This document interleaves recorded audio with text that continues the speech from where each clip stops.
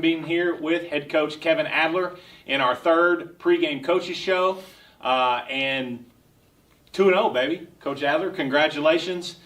Big win over Okemah last week. Home opener, alumni night. We had over, you probably didn't get to see it, or you saw them when you were coming off the field at halftime, over 100 alumni there on the field at halftime. Last Friday night, we recognized 36 alumni classes or representatives from them. So overall, just a great week all the way around, from our community pep assembly where this guy danced a Barbie girl. It was pretty awesome. He didn't know he was going to have to do that, but Coach, that was just, thank you for being a good sport about that. And I think it just truly shows, how much you care about your kids, and no longer than you've been here, and how they enjoyed watching you get up there and do that, because we haven't really had that around here. So, but again, congratulations, big win last week. Thank you. Yeah, no, definitely. Kids came out, and I felt like they responded really well, just to some pregame antics that they witnessed, and they just kind of had that fight in them from the word go. We challenged them all week to be the tougher team, and I think they accomplished that by the end of the night. Yeah, pregame antics. I actually witnessed that all happen as well, and having been a coach for 26 years, never coached football, but I've been around it enough to know, as an athletic director and just a football fan, is, you pick the things you do wisely. And, I saw that happen, and I turned to see if any of our guys were outside the locker room, and you were the guy I saw clapping your hands like, all right, let's go. And we won't really talk about what happened, but it's just something you don't do on the road, on someone's field, on their logo, if that makes sense. Really, as far as the game goes last week, I'll get into statistics here in just a little bit, but maybe a little bit of a slow start again on offense. Played really well on the defensive side of the ball. And to give Okemah credit, we won the game 49-0 last year, I believe it was. And but they had some nice players. The quarterback was a nice player, and they really played well, especially in that mid-range passing game over the middle. They had some success, but you guys really settled in. Yeah, quarterback was a nice player. I saw you talking to him after the game for a little bit. Yeah, I just told him, I said, man, keep your head up. It was a long night for him. Our D-line was in the backfield constantly. Mm-hmm. He took a lot of really tough hits, and I just told him, I said, man, keep your head up. Team needs you. Clearly those guys look to him to lead. So I just kind of gave him, 23 as well. Kind of the primary receiver there that he kept looking for over the middle. Played defense as well. I kind of told him the same thing. And then, Six and I talked a little bit. I just told him, I said, man, you play hard. I said, just make sure, keep your head up, keep your mind right. Mm-hmm. You guys have a chance to do something and, go make the playoffs. So, I wish them all the best. Coach Headley, got to talk to him a little bit after the game. And so, they did. They gave us some challenges early, and, we definitely shot ourselves in the foot as well. But going to try to avoid that tonight and see if we can get off to a faster start on offense. Well, one thing that I was going to comment on and compliment you guys on was there was besides the pregame antic, there was some, from what I could tell, maybe a little smack talk going on, and especially a couple of players who were doing a little more of that than others. But what I felt like, and you may, you don't have to say differently, but from what I saw in the booth, I thought our kids never really bit on that. You could tell that it wasn't setting right with them, but we didn't get any personal foul, unsportsmanlike, things like that, like taunting and we probably could. We could have. I was the whole time just going, come on guys, just be smart, But I was really impressed with the way our kids kind of held their composure with that going on in their face, more or less. Yeah, we talked about it all week, and it was something we said right before we went out for warm-ups. I told the kids that, hey, our core values as a program are going to be tested this week, and we're going to really see what we are made of, outside of the X's and O's. Who are we as young men? Who are we as a football team? How are we going to carry ourselves? Because we knew, and you watched the film from last year, it got real chippy. And so we knew going in it was going to be that way, but yeah, I was super proud of our guys. In practice, we've had our players start talking about our core values and what those mean to them and what that looks like on and off the field. And so I was talking with a couple of coaches on our staff, and I think that's starting to finally resonate with our kids. I think we saw that in that aspect of the game on Friday.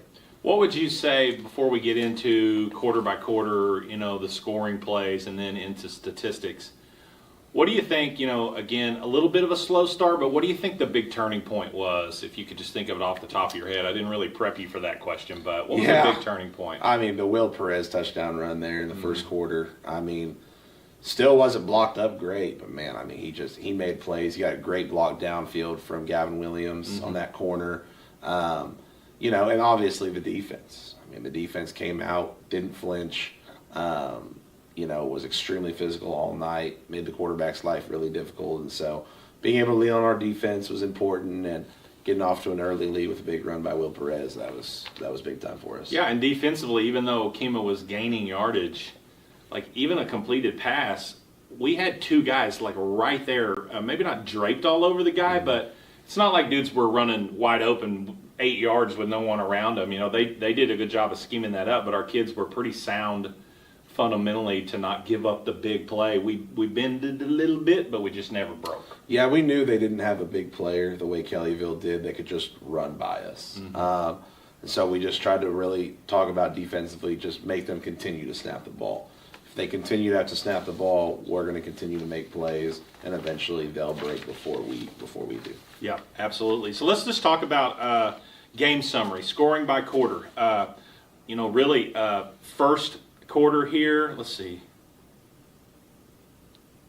Yes, first quarter. Only one score by both teams. A 76-yard run by Will Perez. Blaze Hill kick was good at the 6:53 mark. Then we get into the second quarter. Okima responds with a 21-yard pass. Missed the extra point, or I think they went for 2, and we stuffed it. So 7-6 Henryetta in the second. At the 5:48 mark, Hayden Kaler kind of got going this last week offensively. 13-yard pass from Nakona Johnson. I think that was the one that he caught right in the back, and it went right over the top of Blaze. I think Blaze thought that ball was coming to him. But that was a nice throw by Nakona on the run, kind of back across his body, wasn't it? Yeah, I mean, he's a superb athlete, and so it became pretty clear that Okima was just going to kind of sit there, not let him get outside the pocket. But, man, he can just really throw the ball. He's just a really good athlete. Yeah, then Nathan Nail got back on the board. 21-yard pass from Nakona. Blaze Hill kick was good. Blaze has been really solid so far in the extra point game. And then, right at the end of the half, the safety, a little bit of a, thank goodness, just a 2-point gift there. Just a bad snap into the end zone. And I'm sure you were wanting Nakona to throw that thing away. Yeah, he got an earful both from the players, and so by the time he got to me, he's like, "Coach, I already know." And I said, "Okay, we're good. We'll talk about it in the locker room." But it goes to show you he's in the process trying to make a play instead of just minimize damage, and that'll pay off for you hopefully a lot more than it hurts you. And then getting into the second half, pretty subdued third quarter. Will Perez, another 8-yard run. And one thing that's not on this stat line, Will had a big interception in the second quarter, I believe, which I thought was a really big spark plug play, because I think that led to the Hayden Kaler pass, and then we started to separate. But obviously Will has done that multiple times already this season. But he had another 8-yard run in the third quarter at the 8:17 mark. And then in the fourth quarter, Will, again, 7-yard run and a 2-point conversion. I saw what you were doing there. 10:51 mark in the fourth quarter. But you know what? If you can't stop it, it is what it is. Especially, you're probably working on stuff for this week. I mean, you got to see those. I mean, I'll be honest. The pregame antics, I was just ready to run it down their throat. if we're not going to mince words, so yeah, just make a statement there for us. Well, you said it. I just kind of let him into that, but anyway, and then finished it off with a freshman, your second freshman of the year, scoring a touchdown. Blazin Davis, 8-yard pass from Nakona, and then freshman caps that off with another 2-point conversion, Miko McNack at the 7:19 mark, which brought us to our final score of 43-8. Getting right into statistics. Offensively, Henryetta had 10 first downs, Okima 13. Rushing yards, Henryetta 184 yards on 27 attempts. Okima only 36 on 25 attempts, so we're really good in the run game. Passing yardage, Nakona threw for 110, which that doesn't seem like as many as he threw for, but And then Okima, 187. Total offense, 269, 181. So a little bit down in the statistic category, but you're only caring about one stat, right? Yeah, I mean, look, I think explosive plays, time of possession. They won the time of possession battle because, again, we allowed them to take the 3-yard route, keep snapping the ball, and I think we hit some explosive plays. I was going through doing some stats today. I think we only had 38 offensive plays. So wow. we were scoring fast when we weren't scoring. It seemed to be a 3 and out. So they had us on time of possession too, especially in the second half. Yeah. Individual statistics, Will, big night on the ground. He looked healthy, a little more healthy than he was at Kellyville. 138 yards, a lot of that coming on that big 76-yard run to get the scoring started. 3 touchdowns from Will. Miko McNack, 25 yards on the ground. Nakona with 14. A little bit of a lower night than he rushed for last week, but as you said, Okima did a good job of kind of keeping him in the pocket. And Blaze Hill with a nice 19-yard night on the ground for him, which you don't see rushing. I don't remember Blaze getting a carry. He caught a pass, so it might have just been a typo. He did. He caught another pass. In a big spot for us, second week in a row. It was. On the receiving end, Hayden Kaler led the team with 48 yards and 1 touchdown. Nathan Nail, 24 yards, 1 touchdown. Nathan, big week. Did Okima kind of do some things to take him out of it a little bit? A little bit, yeah. We tried to hit him on a big play early, and it was open, and it would have, I think, really set off the rest of it. We just didn't protect it great up front, and kind of from then on, I wouldn't say they game plan to stop him, but he was our first read a couple of times, and it was just kind of clogged up, and so it was nice to see some other guys kind of complement that in the pass game. Yeah, Will Perez 16 yards, Blaze Hill 11, and Blazin Davis 8. Gavin Williams had 1 catch for 3. How much did you feel like the wind affected the passing game? Because the throw I think you're talking about, the wind was blowing like 30 miles an hour straight out of the northeast, and that play I believe you're talking about, Kona's ball took off and Nady was 3 steps behind his guy, and it just started, it got ate up, and I think they knocked it down. Yeah, the wheel route with the wind at his back, he just barely overthrows Nady. He did it again to Blazin in the same quarter. So, I mean, the big plays were there, but the wind definitely had an effect on him. He was definitely a little bit flustered pregame. Yeah. And so we tried to talk about it. And so we kind of knew the numbers were going to be down compared to what it was against Kellyville. But I think he did a great job as the game went on. And, again, just managing the game, not allowing the big mistakes, and just getting us to the next play. Absolutely. The only stat line that matters is the win-loss column. 2-0, Henryetta. Again, big win over Okima on Alumni Night, and just a great week overall. This week, another big game coming up, not in terms of playoffs, but our final non-district game against the Beggs Golden Demons. This game was both 2-0 teams last year at Beggs. It kind of ended up being a shootout. Beggs ended up winning the game, but I think our kids finally proved that they were good enough football team last year and capable of playing with a tradition-rich school like Beggs. This year, I know you're wanting to go a couple steps further than that, but let's talk about the Golden Demons and what you've seen out of them so far. Yeah, Coach Shannon over there has been calling the defense there for a minute, and it'll be the most complex defense we've seen. First kind of 4 down lineman front we've seen since spring ball, really. We saw it a little bit in our scrimmage, but not very much. And so offensively, I mean, they got some playmakers. The running back can go. They got a couple receivers that can get past us vertically. And so, again, limiting the big plays and really just making sure defensively that we can run the ball.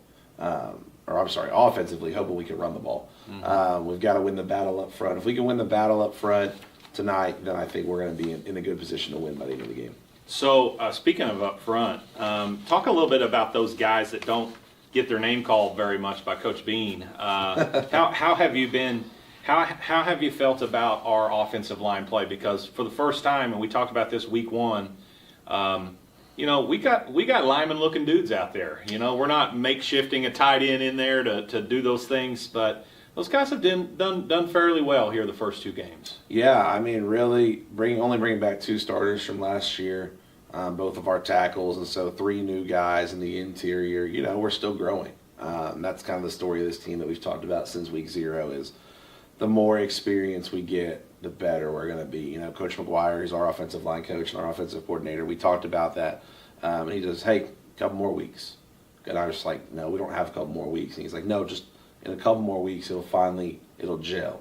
Mm-hmm. It'll be exactly what we think it's going to be. And so I think we're getting a lot better. We challenged them at halftime last week, and we said, you guys aren't playing to your potential.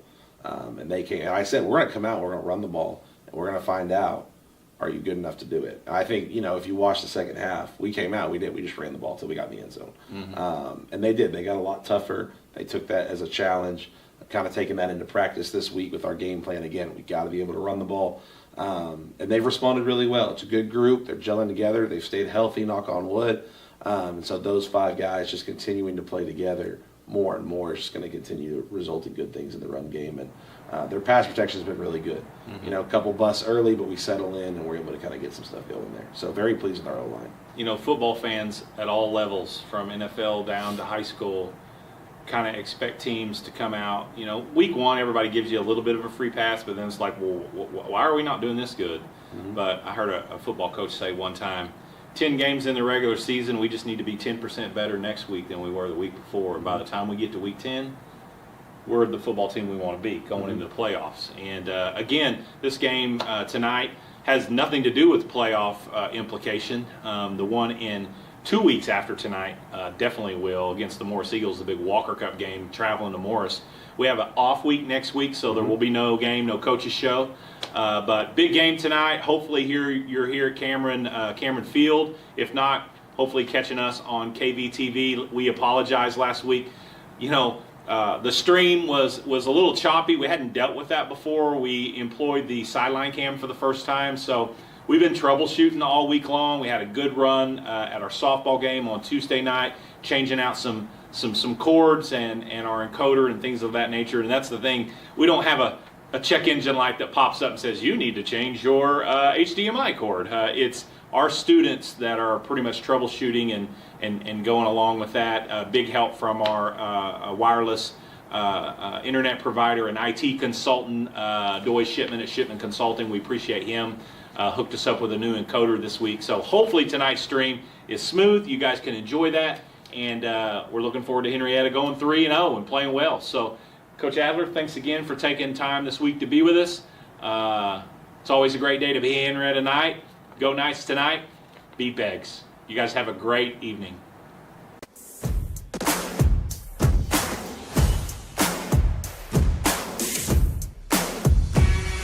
Put your money where your mouth is. I got change, I could do it like a house bid. Now let's bang. Put your money where your mouth is. I got change, I could do it like a house bid. Now let's bang. Put your money where your mouth is. I got change, I could do it like a house bid. Now let's bang. Put your money where your mouth is. I got change, I could do it like a house bid. Now let's bang. Hey yo, ain't no competition, dog, we the livest. Never gonna fade us, in the end we survive this. Trials, tribulations, but it only make us stronger. Never gonna stop and bring the heaters like a sauna. Gotta take it to the highest heights, deeper depths. Gotta move it right to left, but we always move in step. Gotta be the champions, dog, never losing. Get it, I gotta deliver to go. Never gonna stop it, I take it a blow. Wanna get to it, they never can know. Wanna get to it, I'm back at the door. My time like a python, I'm an icon, I got this. Never gonna stop it, we take it to the top. Put your money where your mouth is. I got change, I could do it like a house bid. Now let's bang. You are watching Night Vision TV, home of Henryetta Athletics, powered by Love Ford, right here in Henryetta. Coach, what's the payoff on that last trade-in? Payoffs? Don't talk about payoffs. Payoffs? Take it over, Brian. Here's the play. Love Ford and Henryetta is paying off a loan of some lucky customer who buys a vehicle from us this year.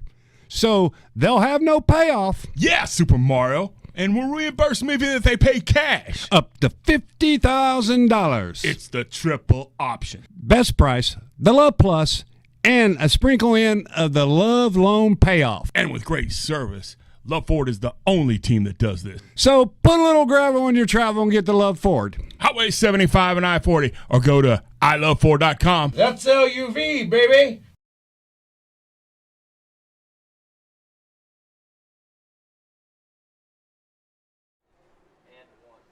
Well, good evening, H-Town, Night Vision TV fans. Welcome to Cameron Field, where the Henryetta Knights are going to take on the Beggs Golden Demons tonight in our final non-conference matchup of the year. We're on a bye next week, and then we'll get going. I say non-conference, non-district matchup. We'll take off next week, and then we'll open up district play against the Morris Eagles.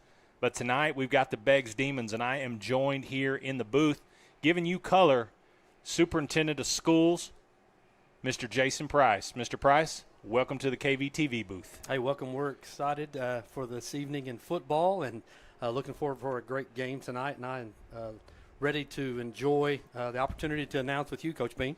Well, Mr. Price, no pressure, but this guy over here on my left done a pretty good job last week. Yes, he did. ESPN called. They was wanting to know some information on him, so I told him I'm not going to hand it over just yet till I see him go a couple more times, but you don't have anything to live up to over there in the color commentary side. Big shoes to fill, it sounds like. I did a great job last week, but no doubt it's a great day to be a Knight and a great night for some great high school football. I hope it's great.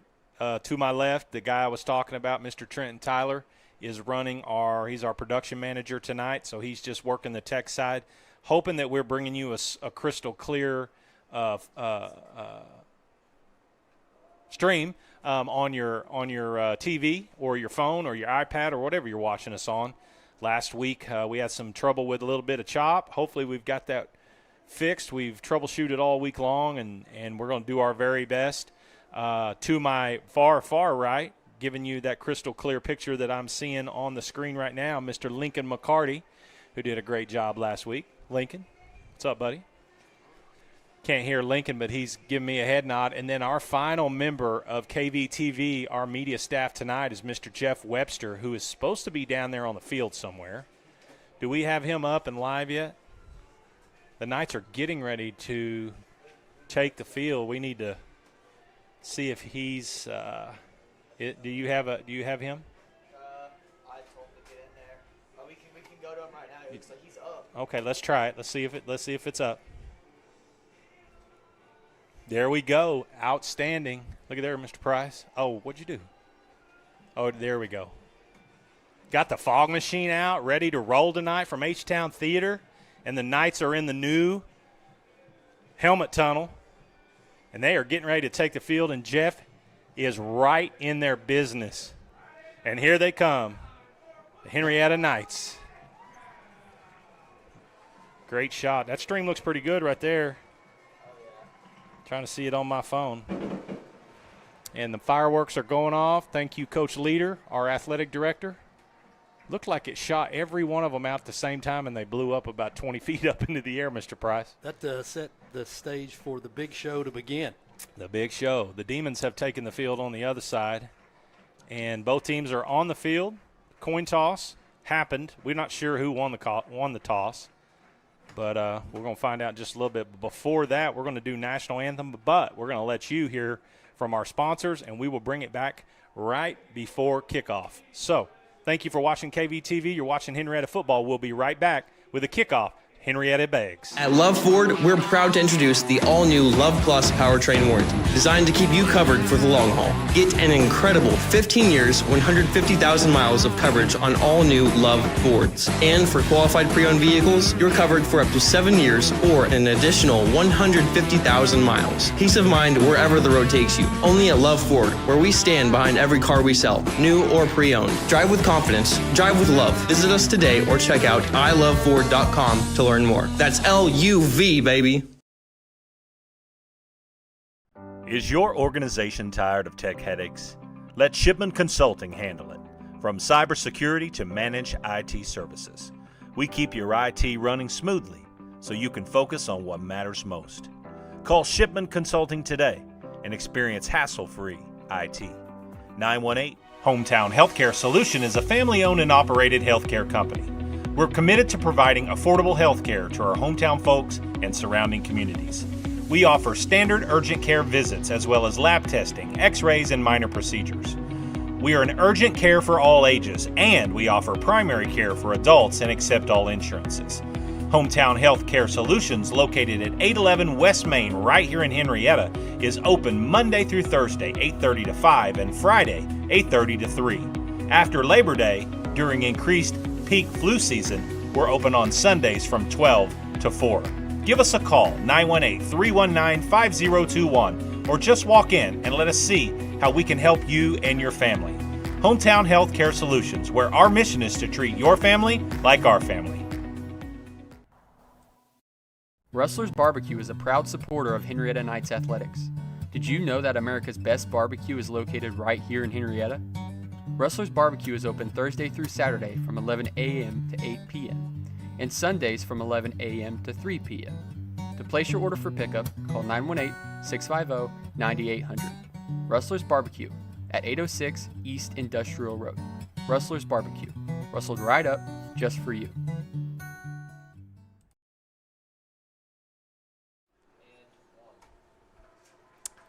And welcome back.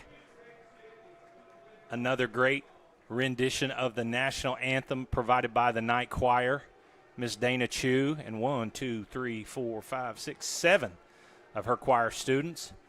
And that is your state song that you can't hear, but we can, playing, and everybody's on their feet, both sides, Henryetta and Beggs, clapping it up, because we're getting ready to see some high school football. Mr. Price, this your first time in the booth doing something like this? Well, I've done some interviews here and there along the way, but for the play-by-play, this is my first opportunity, and I'm excited to do so. I just wonder, though, if you call a game while you're watching TV and act like you're on ESPN, does that count? No, sir, it does not. Okay, this is my first time, and I'm ready to go. Mr. Price has been fired up all week long. Couldn't wait, so we're gonna try him out. Who knows, maybe ESPN be calling him next week. I think I'll stay here. Okay, I got you. Well, if you don't want to go, if they need somebody, I might go. I don't know. Get you a side job. If I could cover like maybe OU Texas or something this year, I'd go down there with Herb Street and Chris Fowler. That'd be awesome. But the cool thing, Mr. Price, and I'll say this on the air, what we're doing here is not only bringing people the football game and Henryetta Athletics, but this is a class, KVTV, Night Vision Communications, that we started 3 years ago. We added KVTV last year with your support and blessing, as well as so many of our generous sponsors. But the cool thing is we are opening doors for students to go to the next level and pursue degrees and possibly careers in broadcasting and journalism. So it's kind of a double-edged sword for the Knights, more or less. It helps our people, helps our athletic department and this class, and it helps our students as well. Yeah, we always want to expand and do more than we can for our students every step of the way. But right now, we're ready to kick this game off. It's Friday night, and it's ready. Time for night football. Short kick up the middle by Blaze Hill is fielded by number 1 of Beggs. He cuts it back. It's got a little bit of a hole. He's tackled at the 40. No flags. I thought they were going to get us for a horse collar or face mask right there. But short kick, you'll take it at the 40. Because we didn't try to kick it deep. It wasn't a very big return, maybe like 11 yards. Number 1, Jordan Wesley of the Demons, returning that kick. So I'm assuming that the Demons won the toss, but Coach Adler told me when we were doing a pre-talk before the coaches show that he was going to defer to the second half, so we may have won the toss and deferred. So the first snap, handoff up the middle. Little stutter step right there. Nice pickup of probably 4 on the play. Good penetration there by the defense. Just missed the tackle in the background, but the Knights converged quickly and only about a 3-yard gain. Number 0, I think that was 0, Trey Ross on the carry. Beggs is playing a backup quarterback. Their starter broke his hand week 0 at Verdigris. 2nd and 6. Little handoff on a little jet sweep to number 9. Henryetta pursuing. He gets around the edge. He's got positive yardage out of bounds. We did a pretty good job of trying to string it out, but a little bit of speed right there out of number 9, Bobby Baker. Yeah, took that around the corner. We had containment, and he just got around the edge and broke that off for about 15 yards. Good block by the wide receiver over there on that end to kind of seal that edge for him to get around it. Ball gets down to the 39-yard line, 1st and 10. Golden Demons. We got our south scoreboard clock back up and running this week. Makes it a lot easier than staring around the computer screen. So 1st and 10, snap, handoff, up the middle. Again, Henryetta right there, but nice elusiveness of the Beggs running back, which is another running back, third guy to touch the football. Shifty move there. As you mentioned, he had him in the backfield, but couldn't close the deal. Penalty flag on the play. Number 22, Nathan. Jason holding against the Demons. Jason Nathan. If you're a Beggs Demon fan watching this, just being from around this area, that name sounds very, very familiar to you guys, and you probably know. I don't know if it was his uncle, Jeremy, played at OSU back in the late 2000s. I believe that's when it was. So he's been around some good football. So 1st and 20. Little short pass right there. Ooh, that was dangerous. Off the shoulder pad, almost picked off. It was almost like he threw it to the kid that was blocking because he was engaged with our corner there. Officials waving up here. I don't think they're trying to say, how are you doing? I think they're trying to get some clock issue worked out to our guys in the booth next to us. So 2nd and 20. Ball at the 49. Henryetta got to do a better job of wrapping up on that first contact. Pass, nice catch right there, and that cat can go right there. Number 0, Trey Ross. Pickup of, look like 8. Yes, 3rd and 12 upcoming. Beggs is doing a good job of making the first man miss. Well, we knew Beggs was going to have really good athletes. We'll call it 3rd and 14, actually. Ball just short of the 42. They got to get all the way down to the 30 or the 28 or 29. So 13, 3rd and 13. 10 on the play clock. Quarterback looking out into the flat, gets it to Ross. He makes a guy miss. That's going to be a hold right there, so this thing's going to come back. Ross has got some shakes, Mr. Price. Yeah, we're going to have to watch containment as, again, they make the first player miss. We had a good shot to take him down, but he was able to get around the edge. Well, and the flag is at the 39. Look like they're going to probably get a hold or a block in the back on the wide receiver over here. Holding. Although he was quick and shifty, holding also helps that as well. It does. It does. I already can tell you right now. Of course, you know they're athletic enough. You can't just slow play it to the sideline because then they'll cut it back up. We just got to pursue down the line of scrimmage and then string it out to the outside in that pursuit. We'll pick up that cutback. So 3rd and even longer here. Oh, quick snap, quarterback. He's hitting the backfield. There's the first sack of the night. 54, Tucker McManus was shot out of a cannon right there. Found the gap and just took the quarterback to the ground before he could even get the ball in his hands. That snap looked like it jumped the snap on the quarterback. He was actually looking to his left. They're lucky the ball hit him right in the chest and he was able to corral it, or it would have been a serious disaster. So it'll bring up 4th down, so a bit of good fortune there and perfectly timed blitz by Coach Hines, our defensive coordinator. 4th and 25 or 30. Snaps back, punt is away, end over end kick to the right hash. Gavin picks it up on a full head of steam, breaks one tackle, knocked out of bounds. Almost late hit there.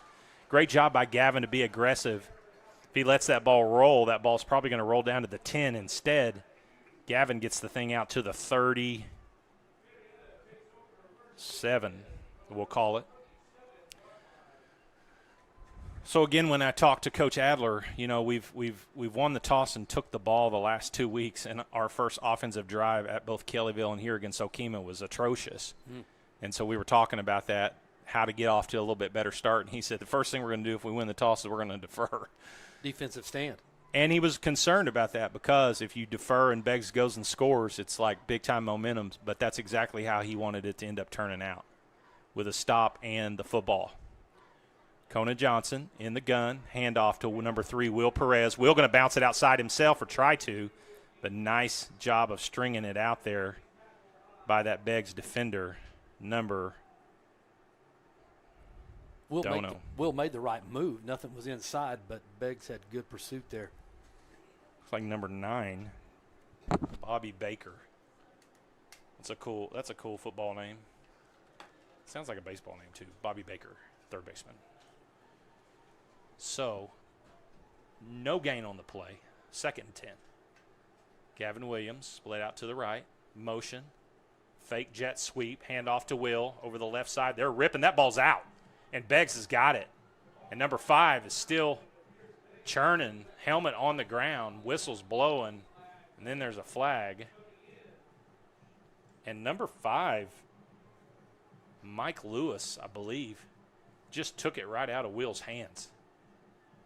Had good penetration there for about a 4 or 5 yard gain, and then lost control, and looks like it's going to be Beggs' ball, but we do have a flag. Well, and the defender that stripped the ball wasn't making the tackle. Will got stood up. Looks like this is going to be against Henryetta too. Will got stood up and was trying to follow his blocker and was just kind of holding it out, not engaged. And the next thing you know, number 5 just came out of nowhere and just jerked it right out of his hand. Important that we realize right now this is a sudden change situation, and so they could go for a quick pass possibly to the end zone. So need to be heads up on that if you're playing corners or safeties, and be ready to make a play. First turnover by either team here in the first quarter. 8:18 to go. Demons set up 1st and 10 at the 19. Little movement there. Looks like they're going to blow pre-snap. Trying to get the wheel route from the back, number 0 to the right corner. Well, if nobody was with him, there was nobody around him as I see him walking back. I don't know if Gavin kind of bounced off of that when he heard the whistle, but that's an offside penalty on Henryetta. So making it easier for the Demons 1st and 5. They can get to the 9-yard line and get a first down. Handoff. Ooh, hit in the backfield. There's Tucker with his second. There's a ball loose. Tucker McManus with his second tackle for a loss, and it's covered by Henryetta. Great defense. Great penetration. Great tackle. Tucker McManus winning that battle with the guy he's head up with pretty much two plays in a row. And turnovers tied at 1, 2 fumbles traded off there, and Henryetta just lost a little field positions all the way we'll look at it, but we've got the ball back at the 8:09 mark, so 2 turnovers in less than a minute. So the Knights offense back to work. Have been on the ground their first 2 carries. I would look to see Mr. Johnson get it in the air here this drive. He's dropping back to pass. Passes he's going to do. He's looking out. Nice break there, number 23 on Beggs. Gavin had a step, but Kona just kind of threw off of his back foot there with the pressure coming in. Just didn't have enough zip on it to get it past that defender. Nice idea to loosen up the defense there. Maybe come back with a run if you need to. Oh, never mind. I thought you was running a replay because I saw it, but we're that far behind. Looks like the video on the stream's not too bad. Oh, no, it's pretty good. Compared to last week. Okay. 2nd and 10 on that incompletion. Clock stop. Kona looking to pass. Little screen to Perez. Good job on defense there by the Demons. And the Knights had their blockers out there in front of Will, but I don't think anybody picked that guy up. So a loss of 2 on the play, 3rd and 12. So 2 teams kind of feeling each other out, playing downhill right now on defense. So the Knights got to be smart here. Would love to pick up the first down, but more than anything, avoid a dumb turnover here deep in their own territory. Ball's at the 16. Little motion out, looking for Will. Nope. Wide receiver screen to number 5, Hayden Kaler, with a big night last week, and he fumbles the football. And Henrietta's ball security right now is just poor. That or Beggs is absolutely hawking it. or hacking it or whatever you want to say. Nothing wrong with the play call, but no matter what play you run, you got to contain the football and carry it tight. Hopefully our defense can stand up again right here. Well, it was a smart play call based on what we were just talking about. Try to avoid a turnover. Go with something high percentage, and we got the high percentage play. But we've got to secure it. So 1st and 10 Beggs. 3rd turnover in less than a minute. Little screen pass look right there. Complete out to number 1. Great job on defense. Number 3, Will Perez. That is called a form tackle. Yes, sir. It's the second time I've seen one of those back pads come off. The players just chunk it like a Frisbee over to the sideline. Will, great job of reading the quarterback's eyes.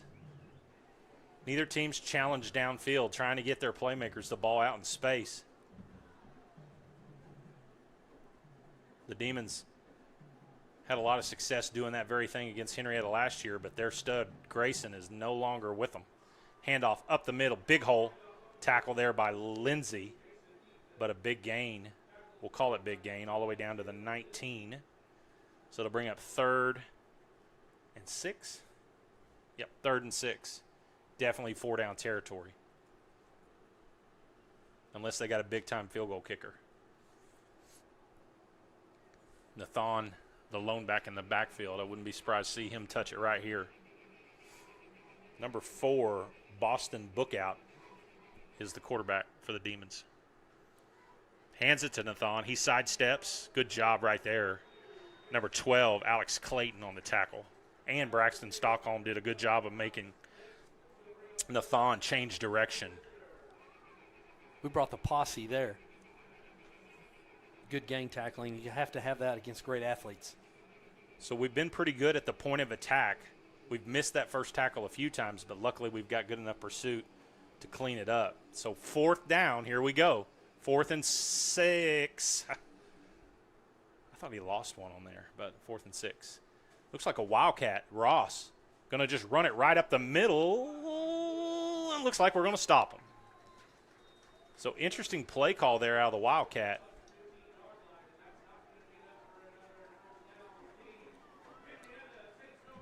So if you bought seats down here in the north about the 18-yard line, you're getting all the action right now, aren't you?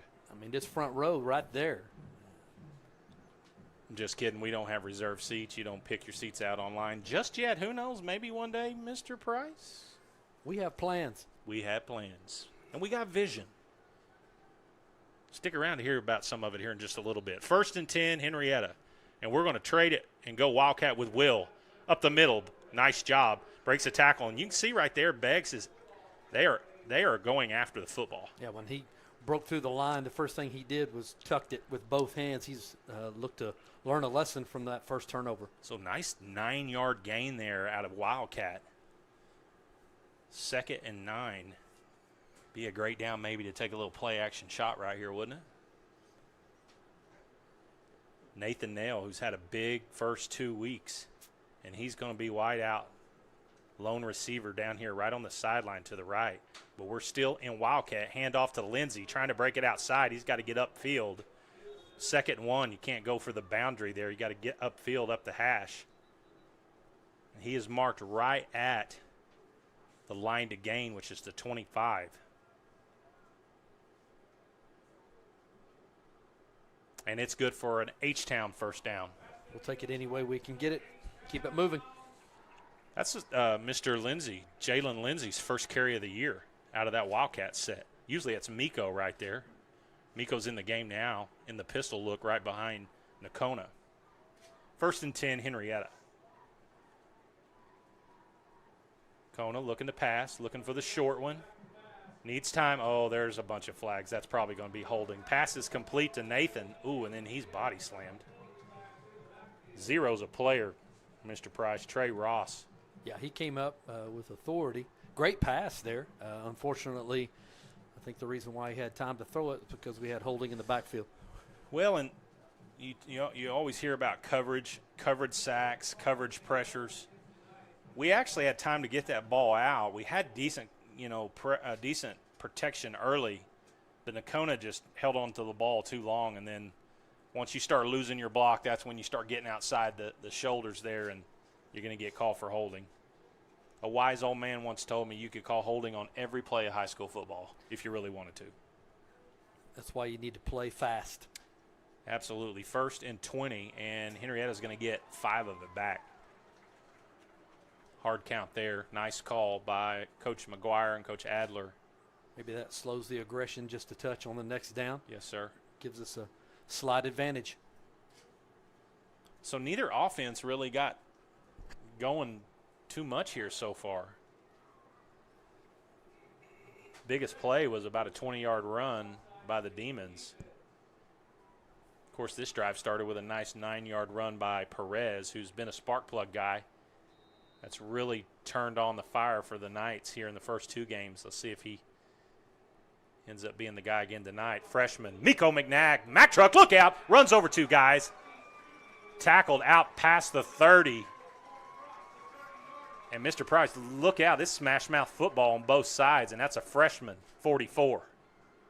Reminds me of a player many years ago for Washington called the Diesel. When Miko comes through, you're not going to tackle him standing high, and you're not going to tackle him by yourself. And what's crazy is he runs pretty vertically upright. He doesn't really duck down to try to lower his shoulder. He's just powering bull rushing people. 2nd and 5, so we're back in a good spot after that big holding penalty. They're going to give it to Miko again, and he stood up. He's going to maybe get 1 more, so that'll bring up 3rd and 4.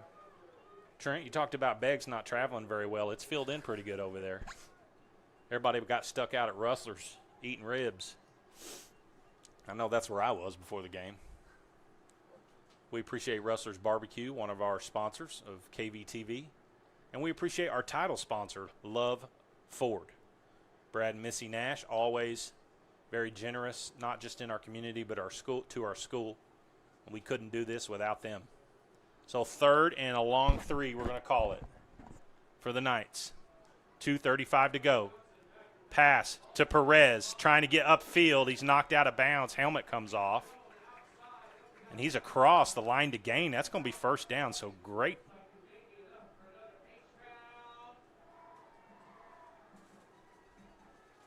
So Will's got to come out because his helmet came off. You know, it should be a rule that if it comes off on the sideline, it's either a flag on them or we get to go back into the game. So we're having trouble with the play clock. These guys are giving us every signal in the book, not us. At least all the officials, Trent, Lincoln, have their hats this week. 1st and 10. That's a question coming up I'm going to ask you. False start, Henryetta, the hard count. Have you ever watched a football game with an official on the field that didn't wear a hat? I have not. So the dude must have just left it at home, and I ragged on him the entire game on TV. It was so Bush League looking.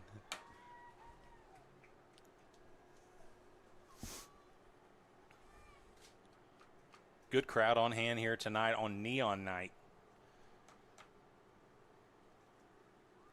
Cool pep assembly this afternoon. All the lights out, the neon glowing. It was pretty cool. So loss of 5, 1st and 15. Kona going to roll to his left, looking for Nady. He's got him. Yes, open, sir. Caught. 1st down, 50. Down to the 45. Johnson to nail. And there's number 13. Who, I must say, we're going to go fast. Let me hold on to this little piece of information until things slow down a little bit. Henryetta runs a high-low option there. Short pass, long pass. Nate comes open, sticks his foot in the ground. And the hard count works in our favor that time as Beggs jumped off sides. And Mr. Price, I think you're exactly right. I think the hard count is not just to try to gain 5 yards. It's to try to slow those guys down from pinning their ears back. Yeah, they are licking their chops, ready to jump the count, no doubt. But if we don't take the snap on the first call, maybe that will back them up, not be so aggressive. So what I was going to say a while ago, I got word today, we're going to double check this, but Nathan Nail with 264 yards receiving and a 97-yard touchdown was verified by Coach Lackey this week as records in Henryetta football. Longest pass play from scrimmage and the most receiving yards in a game. Number 13, Nathan Nail. Handoff, Perez trying to bounce it outside, face mask, and it's called over here. And I think that's one thing, Henryetta fans going crazy, but you know what? That kind of stuff happens. And they're going to get another one on Ross, looks like anyway. And this is a veteran crew. I know the white hat real well. He's been calling for a long time. He's a Big 12 baseball official too. And so we're going to get the face mask and a dead ball, unsportsmanlike or personal foul, I believe. Will kind of had his hands up, and 5 was jawing a little bit because he made a good play. If you grab a face mask, it's probably not considered a good play. So the Knights looking like we were going to get 15 plus 15 for 30. As long as my 49-year-old eyes aren't lying to me. So here we go. Here's the call. Personal foul. Face mask against Beggs. Dead ball. Unsportsmanlike conduct. Beggs. So 30 yards of gift.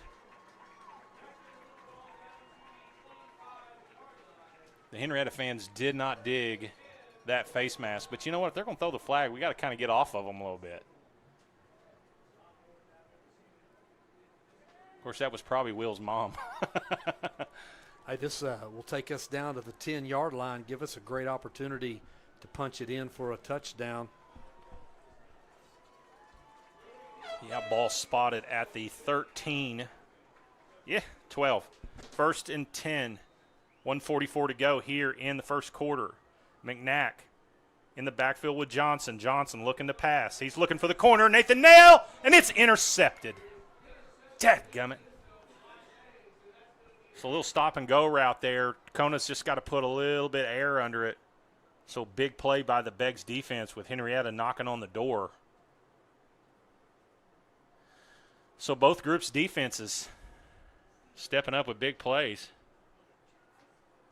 And a golden opportunity.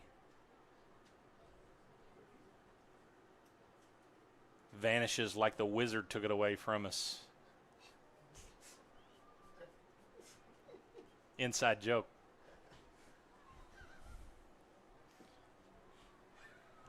First and 10. Ball at the 20. 1:34 to go here in the first quarter. Motion. Jet sweep to number 9. There's that pretty good defense there by Henryetta. Kaler misses that tackle, but he did a good job of slowing him down. Good containment on the outside, not allowing to bounce it and turn the corner. Good pursuit on the inside. But Bobby Baker picks up 7 on the play. Clock running, about to go to 1 minute here in the first quarter.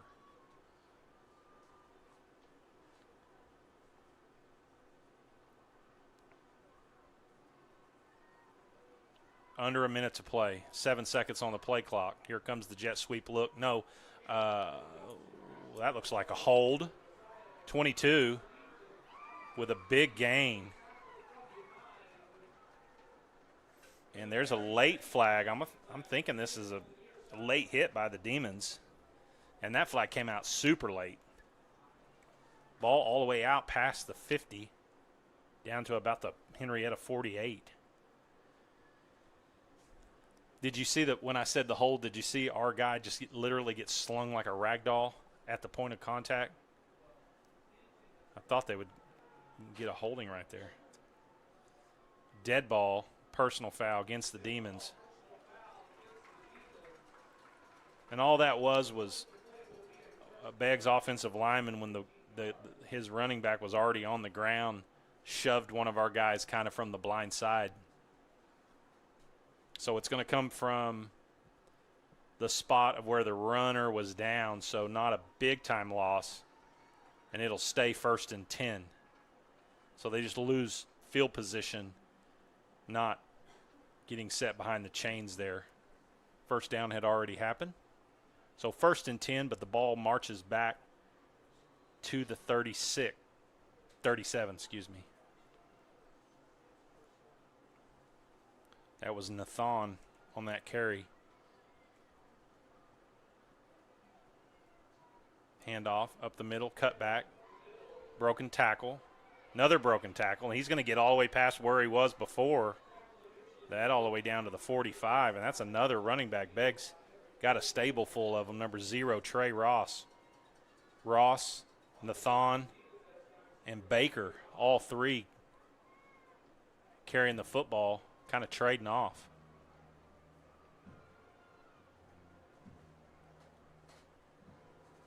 First and 10, Demons. Looking to pass. He's got a guy right over the middle. He's going to go deep, though. He's got a man open. Caught. Touchdown, Beggs.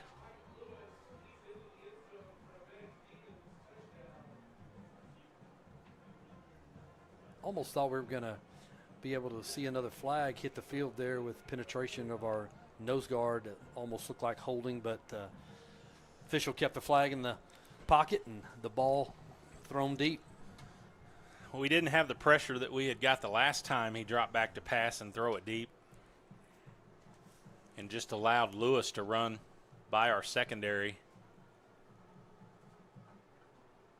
And he was pretty much untouched into the end zone.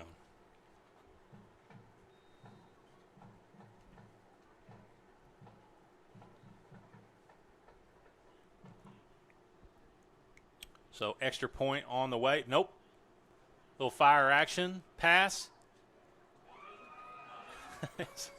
Ends up being intercepted by Hazen Dudley. That's a lineman's dream.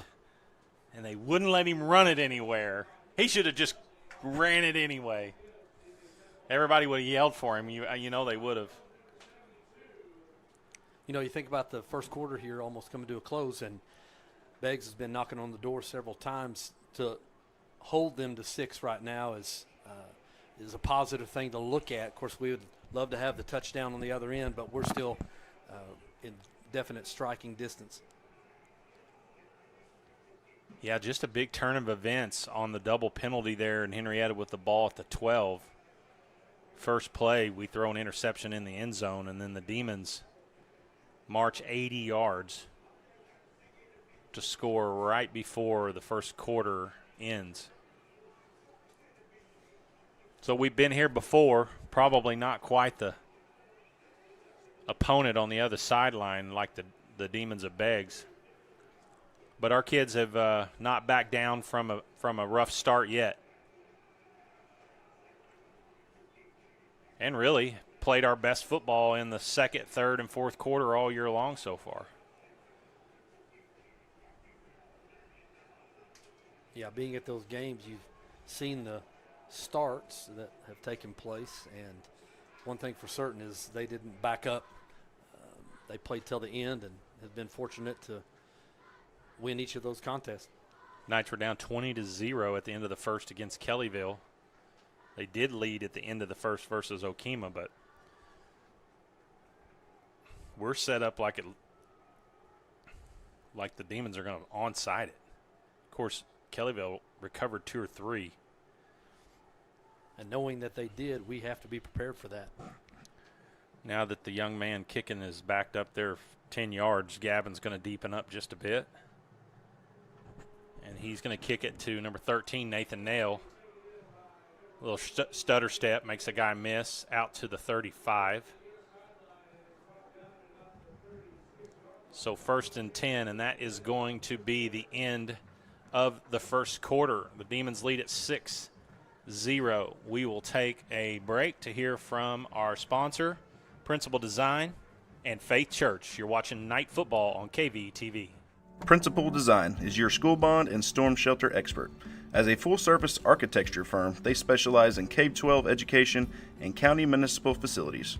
From long-range master plans to safety and security, you can expect from your architect at Principal Design, or by calling them at 405-615-3454. That's 405-615-3454 for Principal Design.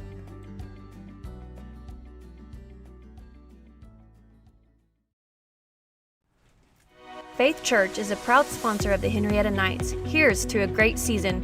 And no matter what season of life you are in, Faith Church has something for you. We would like to invite you to join us in person at one of our weekly worship services. On Sundays, we have traditional service beginning at 9 a.m., followed by our contemporary service at 10:30 a.m. You can also watch us online at faithchurchnow.com. We hope to see you soon. Go Knights!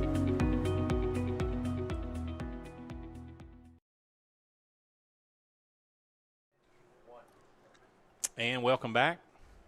Start of the second here. Knights with the football, 1st and 10.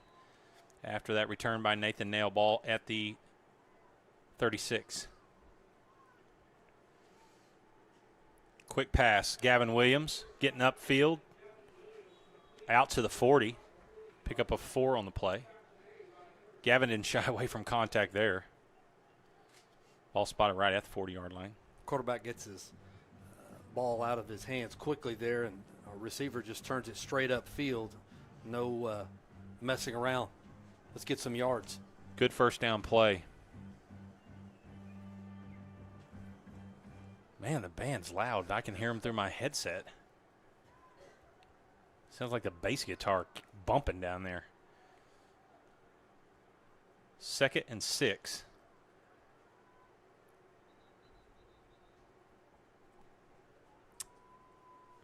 They're counting like we got too many guys on the field. And we do.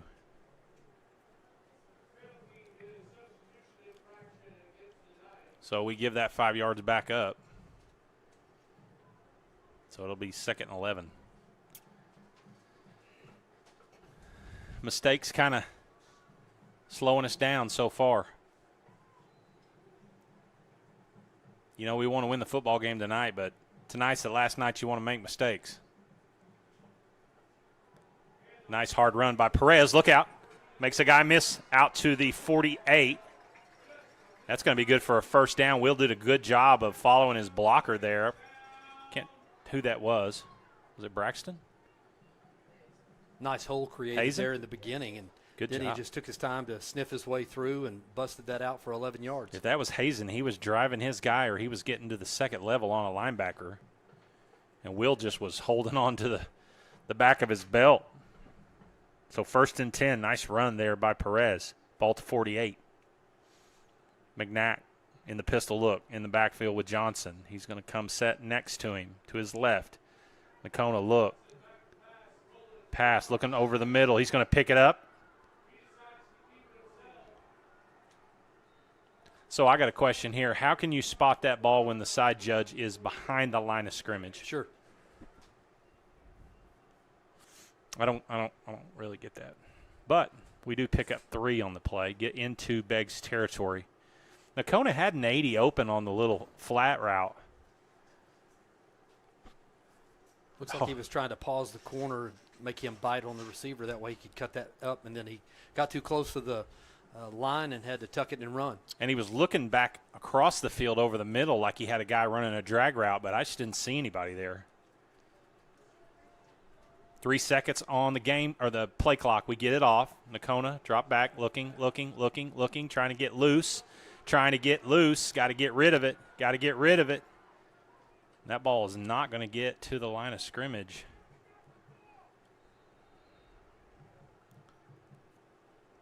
And Beggs with big pressure up the middle. And they're going to call intentional grounding.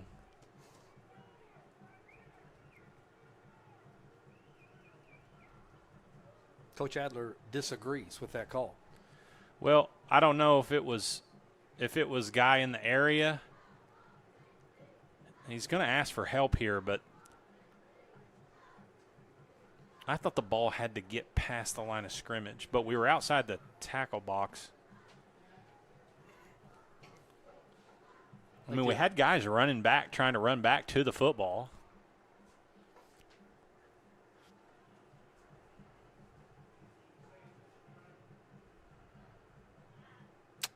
So they are going to rule it intentional grounding.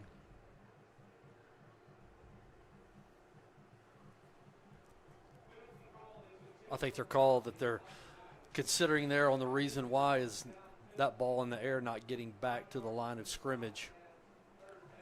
What's worse is it's a loss of down, too. So not only are we going to lose, man, he ran a long ways backward. They're going to take it all the way back. Goodness, he's still going. So it's not loss of down at the spot of the grounding. They gave him another 5 yards. Goodness. Yeah, we're 3rd and 35 right now. Oh, so something out of the hand quick, being smart about it, and then just punt and live to play another possession. Nakona. Oh, Nady stays in bounds, needs a block. He gets it tightrope down to close to the original line of scrimmage. Sorry, I didn't mean to punch you there, Mr. Price. I'm awake, Coach Bean. Nady did a great job of stopping on a dime right there to extend that play. Great pass by our quarterback, and Nate puts a little shifty move on. And interesting enough, we're not in punt formation. Do we realize that it's 4th down? I hope we do, or we're going to try to draw them off sides. Timeout Beggs, and I think Beggs was not in position for us to run something quick there. So to be 4th and 10 after a pickup of 5, 10, 25. Yeah. Goes to show you how far behind the chains we were. So do you think that was just a tempo, try to draw off, and if it gets to 4th and 5 across the 50, we go for it? Now we're going to punt? What do you think? I'm a riverboat gambler. I think he was going to go for it, make the move, and see what happens. Well, with Beggs calling timeout, makes me think they didn't feel like they were in position to handle a play right there. But Coach David Shannon, first-year head coach at Beggs, has been defensive coordinator and defensive assistant coordinator for a long time at Beggs. Really good defensive-minded coach. Yeah, with that down and with that location on the field, Beggs was not going to take that opportunity and roll the dice and see if they could stop the Knights. So they call timeout, regroup. 9 minutes, 25 seconds to go here in the second quarter. Low-scoring ball game so far. And we're going to trot the punt team out there. Of course, last week, Blaze tried to run for first down. Came up just 2 yards short, but I got to believe he's punting this one. Number 1, Jordan Wesley. Deep for the Demons. That ball straight up. Needs a good bounce that goes straight up in the air and then to the sideline. So, obviously, you don't know that the punt's going to happen that way, but a net gain or change of field by only like 16 yards.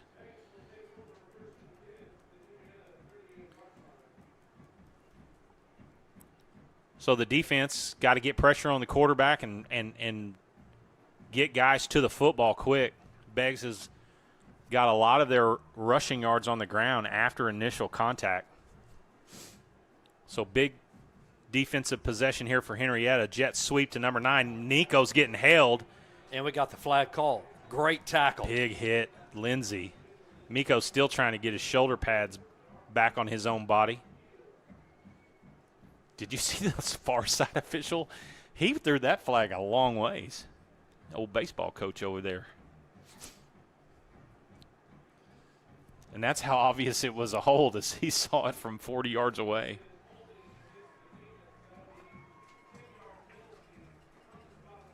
So we'll take the penalty, march them back deeper into their own territory.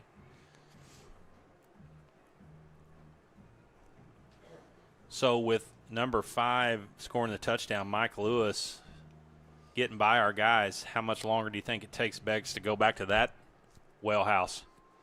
1st and 20. Trips to the right. Oh, man, we didn't have anybody out there, and they're going to try to take advantage of it. Nice open field tackle by Nady. And Nady literally didn't even see that receiver out there and got out there just in time, so even more impressive of a tackle.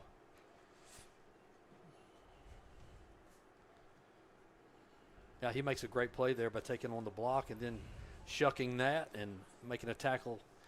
Beggs goes through a shift to the left now with the trips just opposite of what they just ran. Pickup of 8 on the play, but still 2nd and 12. Play action, quick pass outside. Good job by the Henryetta defense. Out of bounds. Always hold my breath on plays over near the sideline, especially on the home. Were we anywhere near them? That was late. Ball was already out to the midfield and being spotted. That came from the white hat. That might be from the sideline. What's that?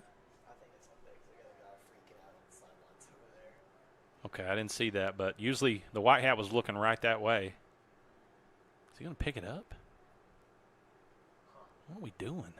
Oh, no, he's going to call it. Dead ball, unsportsmanlike. And that'll bring up 3rd down and long. We've had a few of these calls during this game, and from a coaching standpoint, don't make a play worse than what it is. Yeah, I was talking about holding your breath. I'm sure that somebody over there thought that we probably had a little late extracurricular activity. So that dead ball foul is also that down counts. So 3rd and 25. Pass over the middle to the jet. If he split those guys, that was going to be some trouble because we had one more dude. Braxton Stockholm, sophomore, continues to play out of his mind on the defensive side of the ball. A kid who playing his first real varsity football minutes as a sophomore this year. Once again, though, gang tackle right there. You know you have a great athlete there from Beggs, but our boys don't back down. They come up, and a 2's better than 1. So the Demons want to punt. 4th and 14. Nice punt. Gavin trying to catch it on the run. Does with momentum. Makes a guy miss trying to get to midfield. And he's hit hard by number 11, Aiden Taylor. Doing a great job attacking those balls in the air instead of letting them bounce. We gain about 20 yards there, and most likely we would lose 20 if he lets it hit the turf.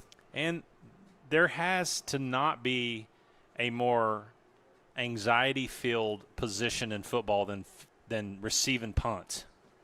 Especially at the collegiate level and the pro level, dudes are like running right across your face. I don't know how those guys don't drop more of them, honestly. Yeah, when you're catching those in the lights and nobody's truly blocking close for you there, you have 11 men coming at you, that can rock your world. Yeah. Nico, hold on to that football, bud. Number 5 realizes he can't take Miko to the ground, so he's trying to pull the bread out of the basket. He's the one that took it from Will. I think he's a thief. He's just literally trying to steal it from everybody. I meant of the football. Thank you very much. But that you can tell that is his main goal. If he's coming up on a guy being stood up, he's not worrying about tackling him. He's worrying about taking that football away from him. And that is a technique that's taught all over now, is try to rip it out. Another dose of Miko up the middle, run across the 50, still going. Nice run there by the freshman. Reminds me of another back in the pros, Jerome Bettis, the bus. Miko just says, get on for the ride, I'll take you for 10.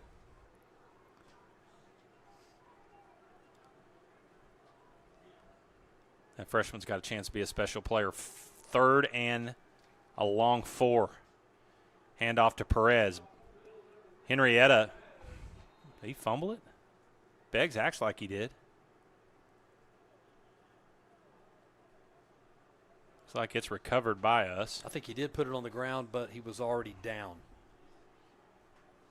Boy, it looked like they started yelling ball as soon as he got hit. So 4th down, I don't think there's any question that we'll try to get this one. Miko back in the game. Be aware. Question is, do you try to draw him off sides and take a chance that we jump off too? Henryetta with 3 timeouts. I'm not so sure that you don't at least try to draw them off. But this is literally, if you're trying to do that, you call no play. No, this is Wildcat. Perez with it. Cross, got it. Not by much, but it doesn't take much for a first down. You know, it's interesting. Wildcat is the equivalent of how big a old boy are you? Exactly. Because everybody knows when you're in Wildcat, you're running it right, hopefully down their throat. Everybody walks into the box, and there's literally 11 on 11, man to man, and Henryetta wins that one. That being said, though, if you ever set Will up in Wildcat, you could drop back with him and let one fly. Haven't seen it happen out of that formation in 2 years. Fake, Nakona around the edge, another break right there, out of bounds at the 35. Thank goodness that was a area where you could see holding on the wide receiver. But no flags. Nakona looks a little ginger getting up. Good inside-out move right there to pick up at least 5. Keep the drive going, second down. We gave Nakona the nickname at Kellyville, "What a bug," because he was zig and zag and literally was tough to tackle. He hadn't had a chance to do it much till right there, but looks like he's feeling some effects of it. But he picks up 5, 2nd and 5. Miko in the backfield with him. And that's who they give it to. Miko hit hard right there at the line of scrimmage, but running downhill gets across the 35 down to the 34, so he picks up 2 more. Feel like right now Henryetta is giving it to Beggs a little dose right here. If we could just keep picking up 3, 5, 3, 6. And you would like to think the play action is going to be there if we do that continuously. Williams split out, single receiver to the right. Davis blazing to the left. Miko to Nakona's right. There's your call, Coach Bean. He's going to go deep. Passes up. He's got him. Gavin reacts to a touchdown. H-Town.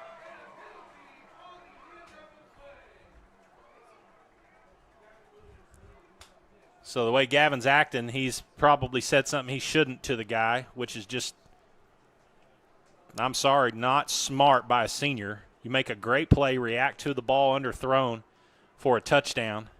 And I guess I shouldn't say that until I see what the call is. It's going to be on us because they're talking to the Beggs coach, wanting to know if he wants it on the kickoff or the extra point try. So Nakona's got to be smarter right there. Good sense of what was coming there, though, Coach Bean. And you made the call. Quarterback drops back, lets that one go for about 40. Good position by the receiver, goes up and high points the ball. Right here, we need to make this. Let's go up 7-6. Well, and, you know, in a 3rd and 3 situation, if you don't get it, it's not right off the upright, no good. On 3rd and 3, if you don't connect, you're still in good position deep in Beggs territory to go for it on 4th down, and that had it all written all over it. And the penalty yardage is going to be stepped off on the kickoff. So the Knights tie it up, 3:38 to go. Have we had any sideline chances at all? Anybody seen Jeff? Hey, check out our student section, Coach Bean. It's pretty awesome. They're lit. They've made the hype video the last couple weeks. Our cheerleaders glow anyway, but especially tonight. The neon's serving them well. They've got a big competition coming up, not tomorrow, but a week from tomorrow, OSSA regional cheer competition. Yeah, excited for them. They put in a lot of work. I believe in Broken Arrow. The girls getting ready for competition time have 5 a.m. workouts. A lot of them are involved in softball and band and all other kinds of sports, so it's hard to get them all together. So Coach Hargis and Coach Dudley set the alarm clock and get up and get their work in before we're out of bed. That's dedication.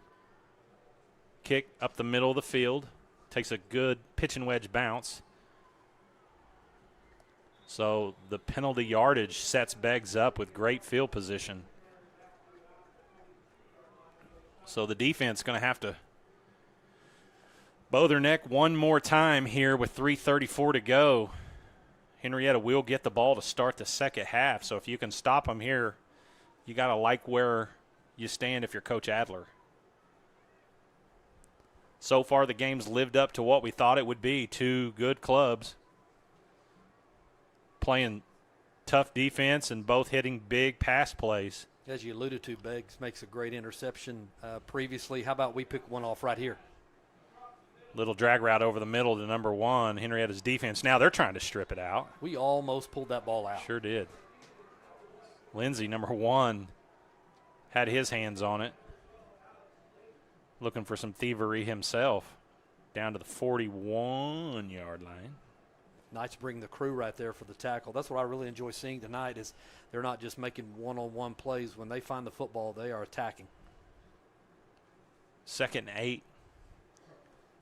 Beggs taking their time here. They want this to be the last possession of the half. Speed in the backfield, Coach Bean. Motion out to the left. Nathan. Fake there. Oh, overthrow. There. Nady was getting held. That could have been defensive holding. Absolutely. Or not defensive holding, offensive holding. Because that was overthrown, and Nathan almost was the receiver, but he was locked up with his guy who was just trying to block him. And if he would have picked that, it would have been 6. I bet one of these cats right over here probably would have got close to catching him, but it was going to be a race. Now, you know Nady would have gave him the cut back. He sure would have. Clock stop, 3rd and 8 in Henryetta territory. Motion across the left side. Fake handoff. They run pretty much the same play, and it's dropped. Will almost got a gift there. So Henrietta's pursuit of the football is starting to take its toll a little bit on the Beggs receivers out in the flat because I think they can hear us coming at him. Henryetta still with 3 timeouts, 2:40 to go, 4th and 8. Be interesting to see. Beggs is probably going to try to draw us off sides right here. If not, they're going to roll the dice here and go for it on 4th and 8. That's exactly what they do. Henryetta flinches a little bit. They're going to call timeout. They do. So great job by the defense discipline there. Let's take a quick break as we go. You're watching Night Football. It's 6-6 and a great ball game here at Cameron. We'll be right back. Night Vision TV would like to extend their sincerest appreciation to Love's Travel Stops for their generous donation to Henryetta Public Schools.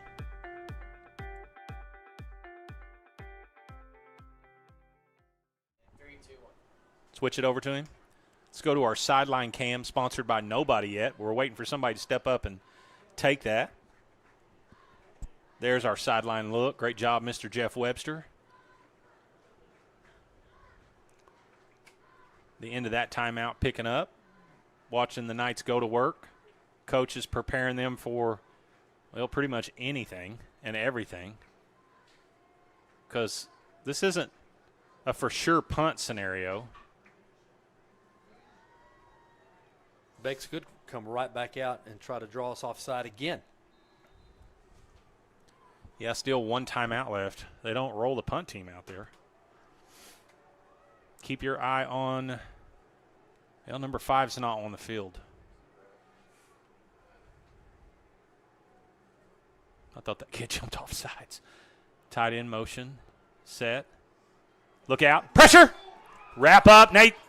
Pick that off. Pass caught. Unbelievable. Landon Jones had him in his sights and let him get away. Great job by the backup quarterback there to complete that pass. And we had 3 guys around the football, and the Beggs receiver just went up and high-pointed it, come down with it. So big first down, 2:21 to go. Clock starts again.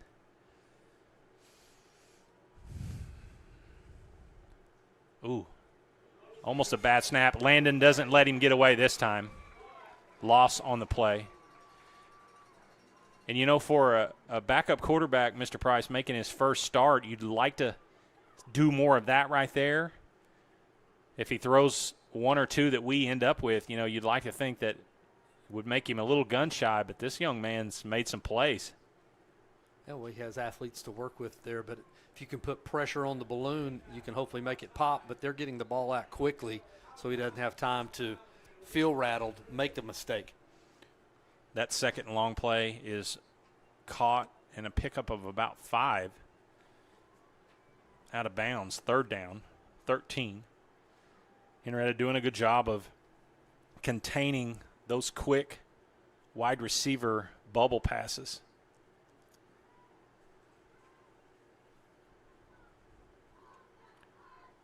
It's been a while for a hard run up the middle for the Demons. Not going to see it here either. He's looking. Pass over the middle. Caught. Great pass and great reception there. Number 9. Getting dark in here. Can't see. Bobby Baker. Number 4, the quarterback, Boston Bookout. The receiver put a good crossing route there on a hard cut, and quarterback is gaining confidence. 4th and 4. 1:12 to go. Watch the football. Snap. Handoff up the middle. Going to be good for a first down. Clock stops at 1:01. So Henrietta's defense been so close to getting off the field twice now on 4th down. And Beggs making the play when they need to extend this drive. Clock starts, 47 seconds left. Just the way Beggs is trying to script this drive to end the half. Roll out, book out to his left. Pass into the back of the end zone. There's not. It's good for a touchdown. 2 receivers there available. He overshot the front. Back receiver slips in, catches it, gets the foot down. 6. 38 seconds.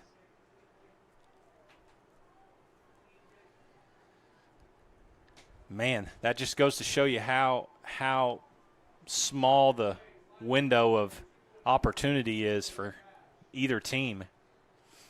Both of those passes have got guys contesting the football, and Beggs just comes up with, they're going to go for 2, trying to extend this thing to an 8-point advantage.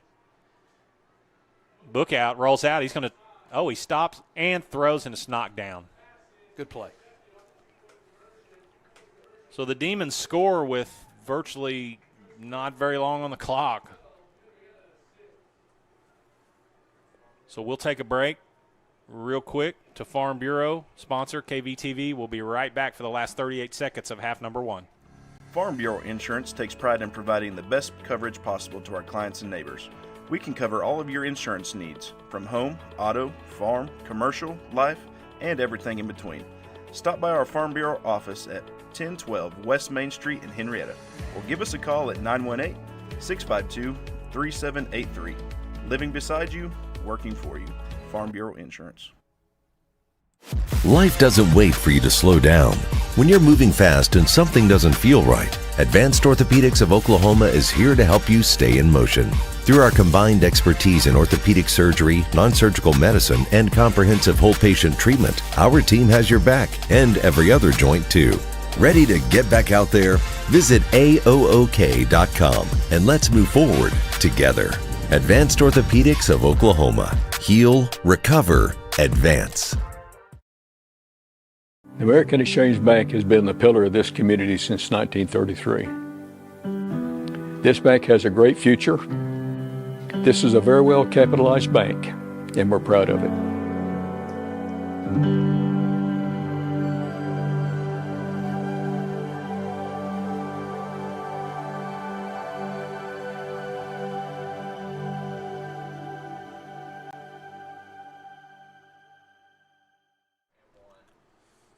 Welcome back here. Beggs kicking off to Henryetta. 38 seconds to go here in the half. So let's see if lightning can strike here for the Knights. Gavin on the return. Up the middle. Gets through one guy. Ooh, one more, and he's got a chance to take it. But a nice return. Third return that was positive there for Gavin in the special teams. 8 seconds came off, so 30 seconds left here. Be interesting to see how aggressive Henryetta gets getting the ball back.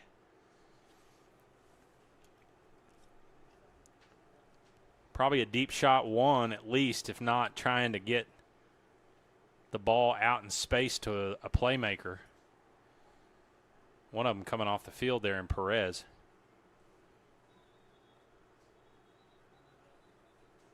Henryetta calls timeout. Coach Adler didn't like the formation we were lined up in there. Well, I've seen crazier things happen.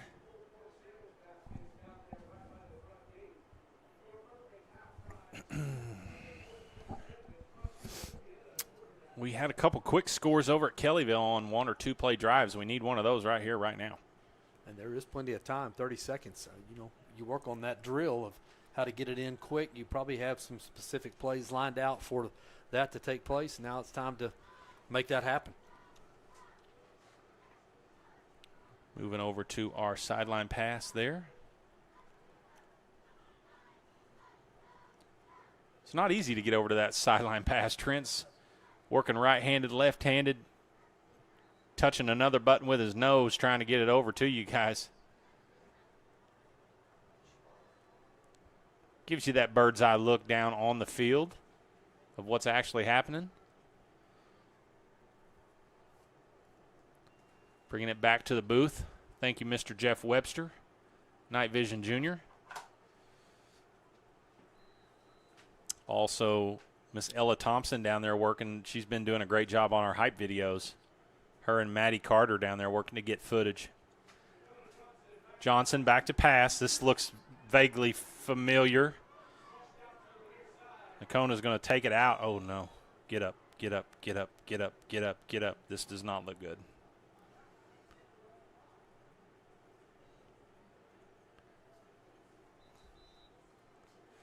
Kona went down really awkward, but he's walking back okay. Timeout, Henryetta. Excuse me. Begg's guy down too, so another timeout. We're burning them up now. That's our second of the half. Nakona ran 30 yards to gain none. Right there. I think that previous timeout was to get our receiver flipped on the field. We were looking for the deep shot on the right side, but had pressure from Beggs, and so made an adjustment and came left, and we saw the show. It'll be interesting to see the adjustments that are made at halftime by both squads, especially on the offensive side of the ball. Other than the big long pass, really our biggest moneymaker the first half has just been power football. Plus, it keeps the ball out of Beggs' playmakers' hands. So I would be willing to bet, just based on our conversation in the coaches show, that Coach Adler and Coach McGuire is going to challenge our offensive line, and we come back out in the third quarter. Don't be surprised to see us try to just absolutely grind it out on the ground. And passing game struggled. Big back with Miko does a great job. Speaking of which, bounces it outside. Miko usually up the middle, stiff arm. He's hit, knocked out of bounds. And the clock is going to run out on. Oh, Henryetta calls timeout with 2 seconds left. So Coach Adler says, you know what, I can't take them with me. Might as well call timeout, and who knows, maybe we got a trick one up our sleeve here. Of course, it's hard to run a trick play from your own 45 or 47 with 2 seconds left. Beggs is most likely going to set up in a prevent with their guys way back deep in the secondary. We need like a Boise State hook and ladder roll. Saw one of those last week at a game that bounced for 50 yards and a touchdown, a quick 10-yard in route volleyball spike to the outside. Receiver catches it down the sideline, and it was green grass all the way. Wow. Well, and that, like I said before, that usually does not work in a scenario like this because everybody's looking for something off the wall.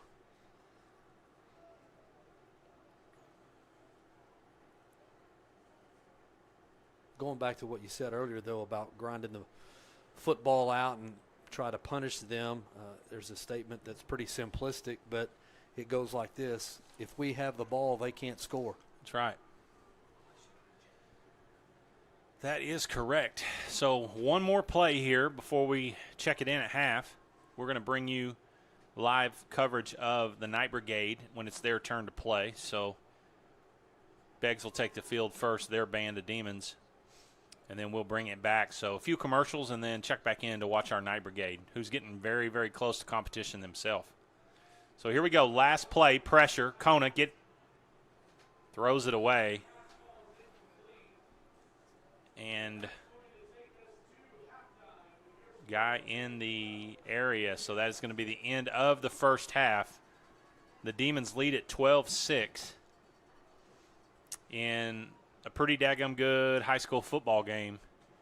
You know, and the big difference here, just that one interception right there in the red zone for Henryetta, or we're most likely looking at a 12-12 tie or 14-12 or something.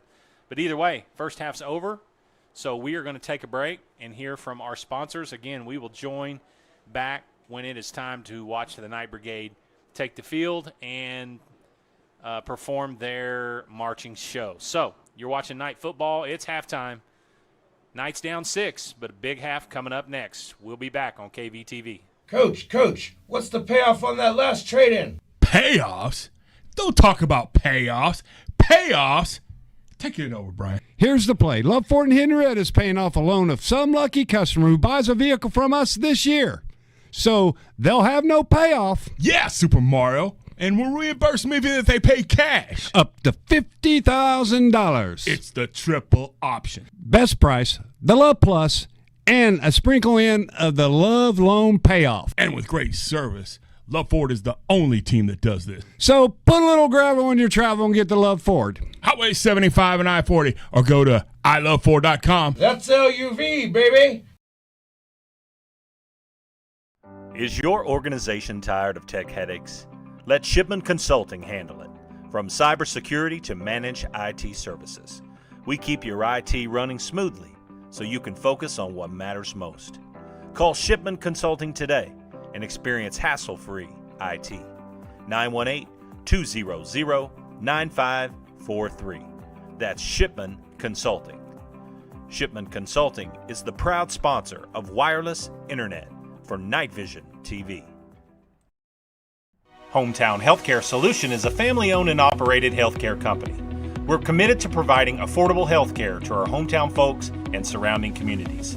We offer standard urgent care visits as well as lab testing, x-rays, and minor procedures.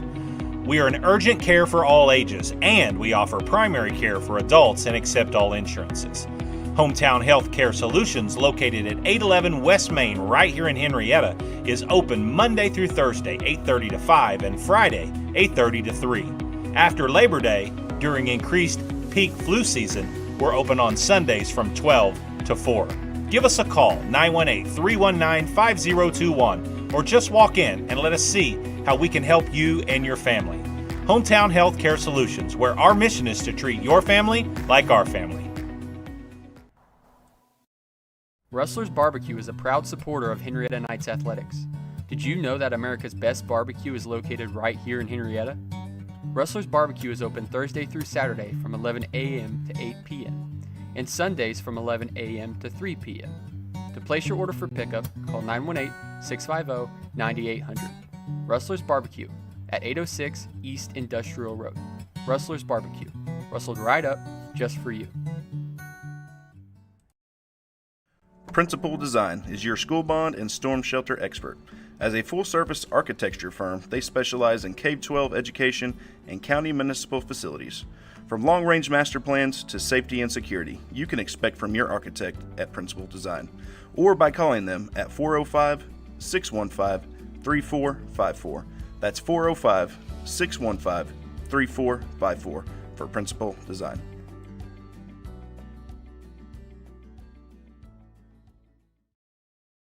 A one-of-a-kind experience awaits you at River Spirit Casino Resort. Island-inspired vibes and beautiful river views from our luxurious resort hotel.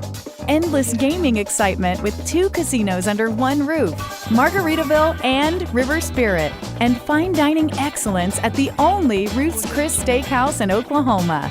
So many unforgettable experiences you won't find anywhere else, only at River Spirit Casino Resort.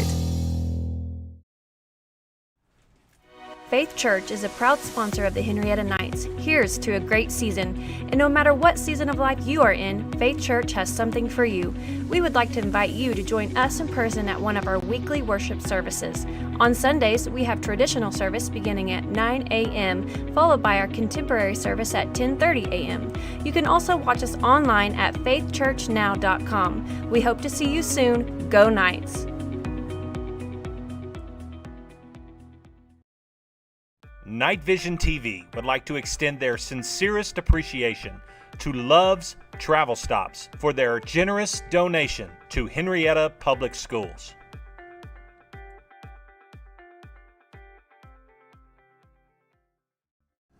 Farm Bureau Insurance takes pride in providing the best coverage possible to our clients and neighbors. We can cover all of your insurance needs, from home, auto, farm, commercial, life, and everything in between. Stop by our Farm Bureau office at 1012 West Main Street in Henryetta, or give us a call at 918-652-3783. Living beside you, working for you. Farm Bureau Insurance. Life doesn't wait for you to slow down. When you're moving fast and something doesn't feel right, Advanced Orthopedics of Oklahoma is here to help you stay in motion. Through our combined expertise in orthopedic surgery, non-surgical medicine, and comprehensive whole patient treatment, our team has your back and every other joint too. Ready to get back out there? Visit AOOK.com and let's move forward together. Advanced Orthopedics of Oklahoma. Heal, recover, advance. Henryetta Public Schools would like to thank Golden Pony Casino for their donation of our H-Town Proud Night bottled water sold in all of our Henryetta Night athletic concessions. The American Exchange Bank has been the pillar of this community since 1933. This bank has a great future. This is a very well capitalized bank, and we're proud of it.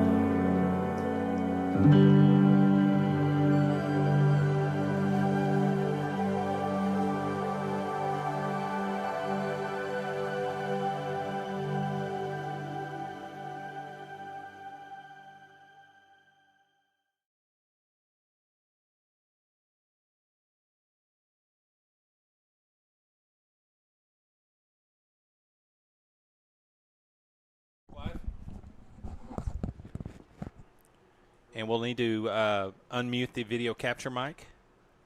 Go ahead and bring me back. You are back.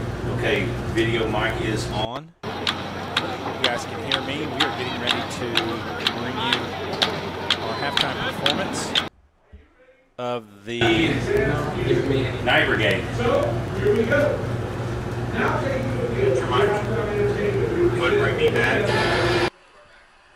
Led onto the field by drum major Aaron True, I'm gonna shut up under and let the you guys direction of listen Alan and enjoy. Montgomery, and color guard coordinator Mrs. Dana Chu.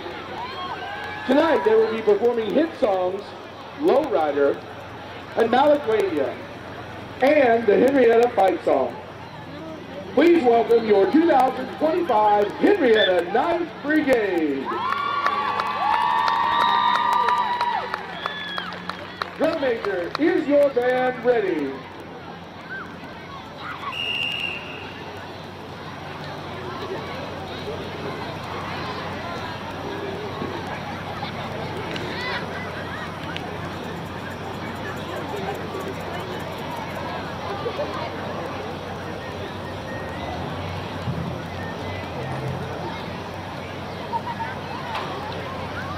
The field is now yours for your halftime performance.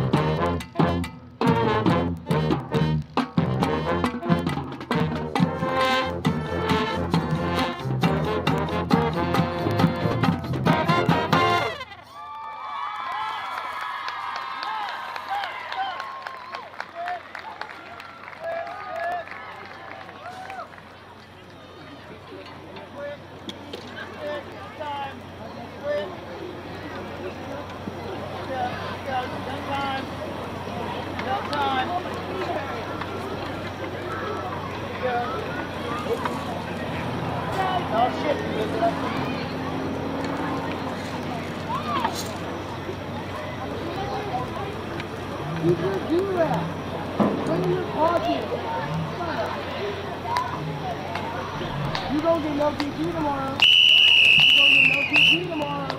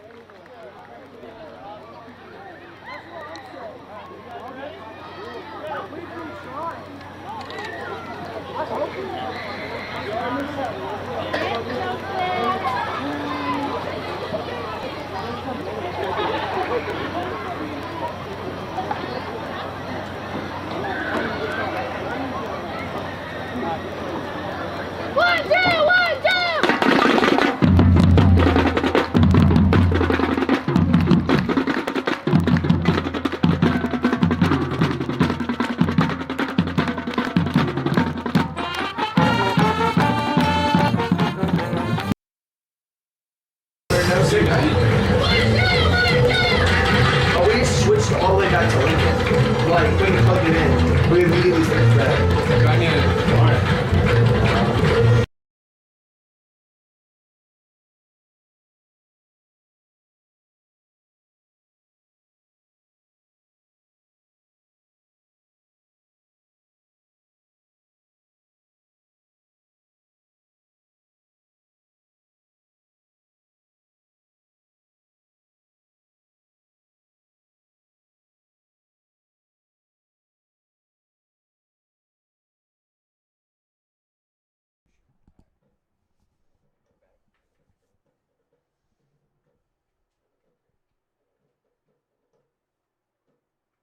Are we back?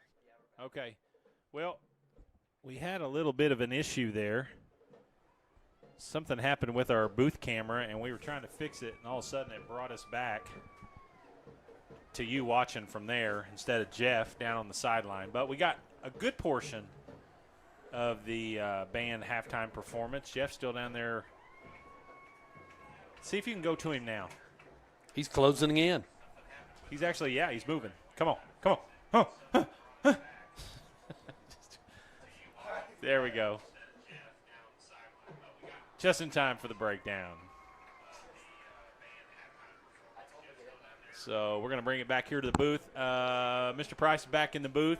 I'm going to talk a little bit about, let me turn my phone down because I've been checking the stream quality. Before I do that, I'm going to give a shout out to one of my dudes, HHS alumni, 1994, 95, 97, head men's golf coach, J.W. Vandenborn at University of Missouri, Kansas City, in Kansas City watching Night Vision TV. What's up, Dub? But I'm back with Mr. Price talking about something big coming up for our school, most likely in February, and that is a bond proposal that Mr. Price is really excited about. I'm excited about. The entire district is excited about, because we would have an opportunity to do some great things here at HPS. Mr. Price, talk a little bit about that. Yeah, so we've been in a planning phase with different phases leading up to this bond. And the one thing that we do not want to do, and I refuse to do, is to try to hurry something out and in hopes that it would pass. So we want to make sure that we get every T crossed and every I dotted.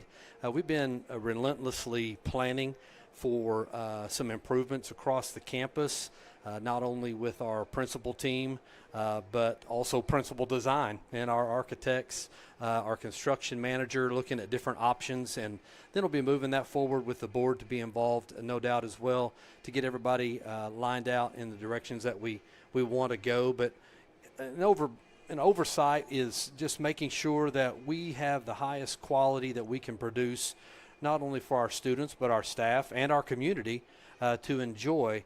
The great thing is what I'm committed to, and making sure that it occurs, is this bond will absolutely 100% be a no tax increase bond.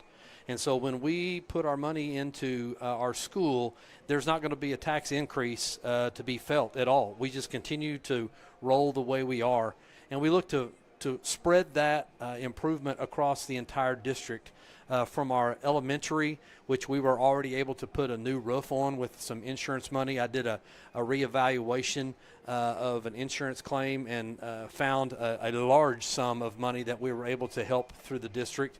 And then we also put a roof on our high school as well, put an HVAC in our auditorium, did some other things across the district, but you can only do so much whenever you want to really make a large impact. But this bond, as I said, would impact our elementary with major uplifts, and then also our middle school. We'd want to sprinkle in some improvements there, and then a high school as well.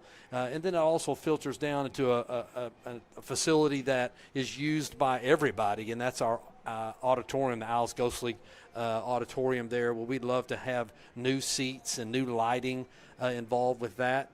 And then we have some outdoor facilities as well that we would like to install, and just make the campus there on the hill a great place that everybody feels proud and excited to be at. You know, we made, as I said, tremendous strides within the last year plus with new roofs, HVAC, painting of our parking areas, an uplift on the new gym, new signs. We've cleaned up a lot of areas. We've done some upkeep on our grounds and whatnot. And so it's very important that I believe that you take care of what you have, and then you get blessed with more. And so I'm in a strong belief that as we prepare for this bond, to bless our students and our staff and community, that everybody will come together. Everybody may not agree specifically on every small dynamic that's involved, but I can guarantee you this, when it's for the students and there's a no tax increase, you have to keep that perspective and understand that everything that we're going to do is focused on making sure every student in our district feels that improvement, not only from the elementary, middle school, and high school, all the way from the ground up. And we're excited to roll that out soon and get that moving forward. And I'm very confident in what Henryetta stands for and how they believe in their education of their students, and the support that is provided by this community, that this will be a one and done vote, and then we can move forward with even more excitement that we're building on right now. Holdenville High School or public schools, Kellyville Public Schools all passed bonds this week for their different projects. And you know, this isn't necessarily a knock on anybody in the past, but we've really kind of been slightly behind the times, so to speak. And so being able to do the things that we've been able to do with the roofs, the auditorium, HVAC, has really put us in a position where we're able to address some of those areas that have been long overdue. And I know if you could, you would do all of it, you know, at Sure. one time. But our last bond we passed was in 2020, and it was a transportation bond mainly. And we needed new buses very, very badly, and so that has served us well. And so we're excited, most likely looking at February, right? Yeah, we were trying to press for November, but that's a situation, as I mentioned, that we don't want to do anything inappropriate in presenting information. We want to be tight in what we do. This will be my 4th bond that I've been involved with, and I want to make this very clear. The 3 that were done previously that I was involved with, make no mistake, everything that was presented that we said we were going to do, that's what was done. And that's how that will be here at Henryetta as well. When the information is provided and it's shown, that's what is going to be produced, and that's how we're going to move forward with it. And, to kind of piggyback on what you've talked about, some other bonds being passed, I did some research over other bonds that were passed throughout the state of Oklahoma last year, and there were some mega bonds that went through some school districts, and I was proud to see that, because also those districts, many of them had tax increases that were involved as well. So I want to reiterate that when you hear bond issue, I'm sure that many voters automatically believe or think, what's going to happen with my money? Well, of course, you want to be in that mindset, because that's a very important topic. I want to reiterate once more as we speak here tonight, when this bond comes up, it will be a no tax increase bond. So everything that we can do for our students, staff, community will be done without an increase of your taxes. Also, I think Henryetta has a great history and nostalgia that is a part of this community for many years. And what was really exciting to me as I talked with architects and we went through the entire campus was how excited they were of the buildings that we currently have, because they've stood this test of time. And what's great about it is we want all the alumni to know and the seniors in the community to know that this is not a tear down, rebuild situation. This is a facelift situation to keep our facilities safe as they need to be for our students and staff, and just to make sure that we continue to provide the quality that is needed to provide the education that our students deserve, while we continue to hold on to the traditions and nostalgia that are very well known from this community. Yeah, one thing that I did notice this week, kind of reading on some of the details of a bond of one of those schools I'd mentioned earlier, that bond had failed 2 times prior to, and they were in their final opportunity for that go-round, and the 3rd time they voted on it, it was a tax increase of a certain percentage.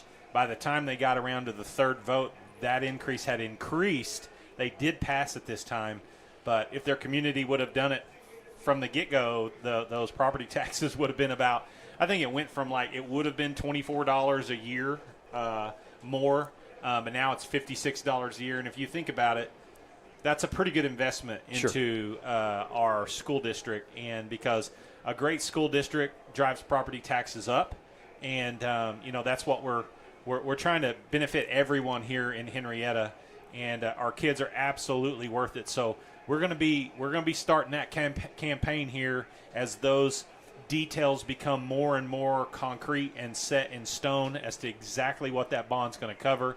So be watching, especially here on Night Vision. It'll be our job to really promote and push info for you guys in details, so you know exactly what you're voting on when you go to the polls in hopefully February. So, Mr. Price, thanks for sharing that info, and they're going to be hearing a lot more from you and I and all of us at HPS as we get closer and closer. So we are back up and ready to roll in the second half. The Knights did defer, and they are going to receive the second half kick, hopefully. Short kick to Alex Clayton, and he goes down wisely.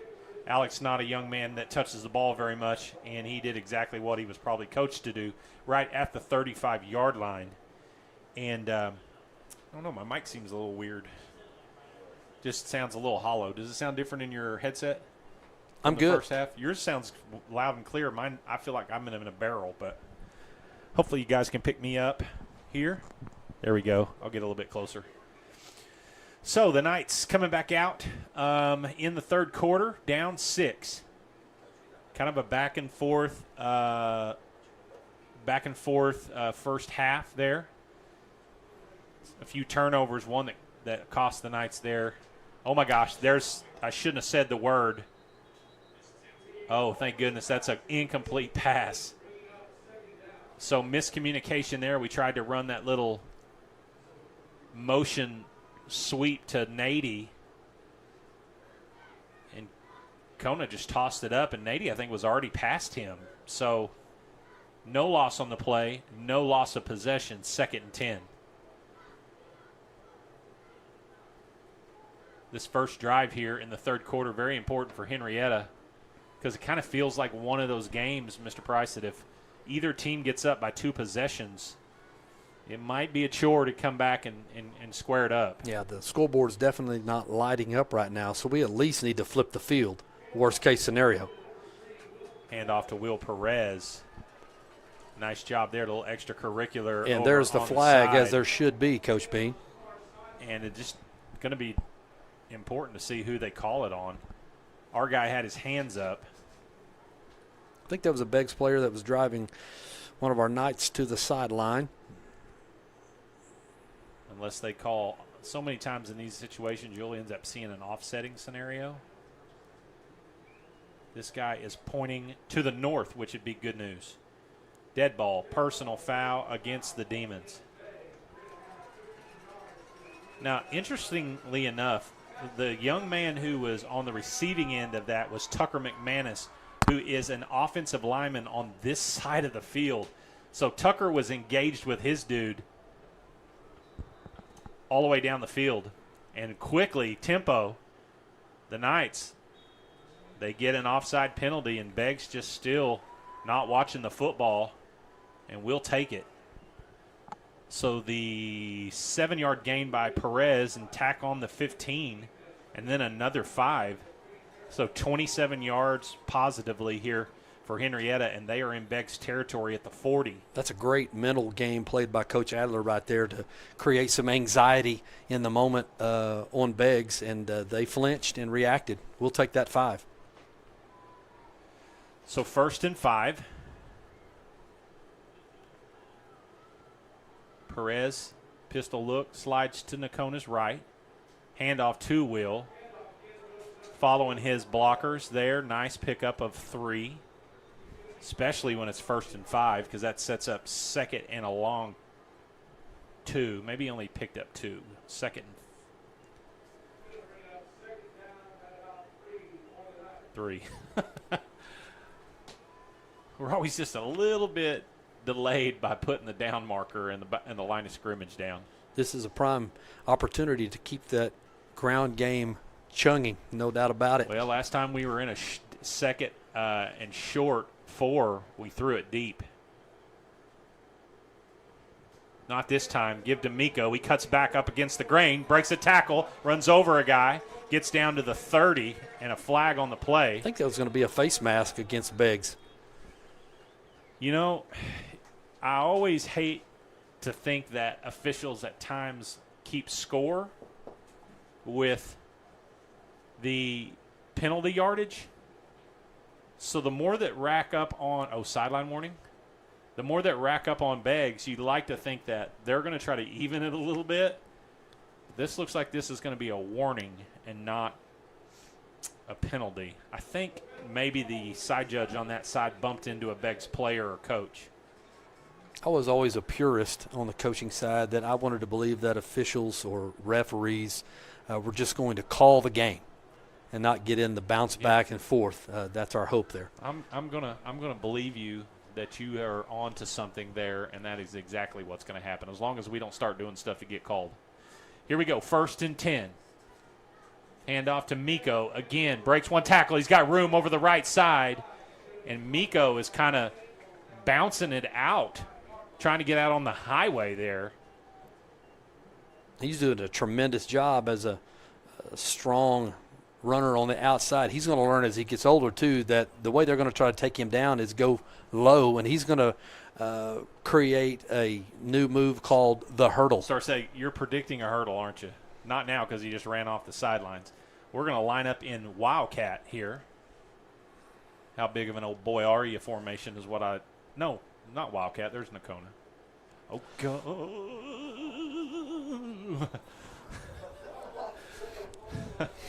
So sometimes Coach Bean goes into watching OU football mode up here in the booth, and that's what would be happening tomorrow morning at about 12 if we fumble the snap. Got to remember that I don't have a microphone on Saturday, but we recovered it. So it's 3rd and 7. 3rd and 7.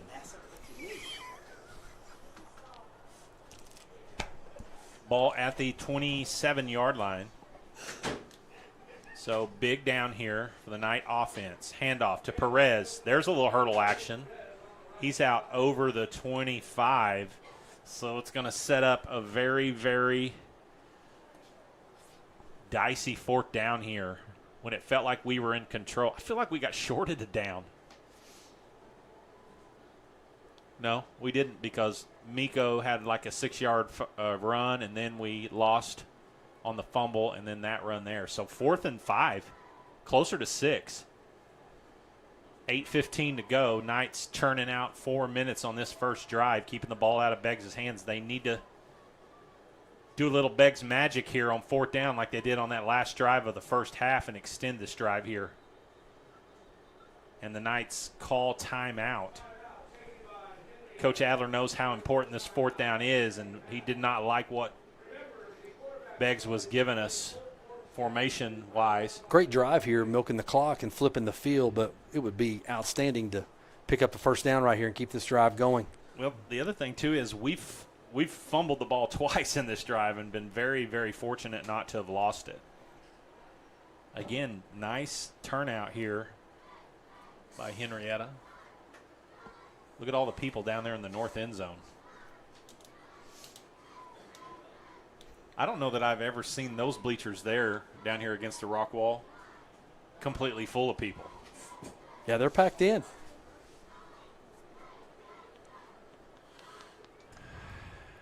So we knew this would be a well-watched game in the county. And speaking of that, just to give you a little bit of – oh, do you got the score? Yeah. Who is it? Welika 26-6. Welika leads the Dewar Dragons. 22 to was 6, but Dewar scored. So a good football game going on over there in Welika tonight. 2 defending state champions.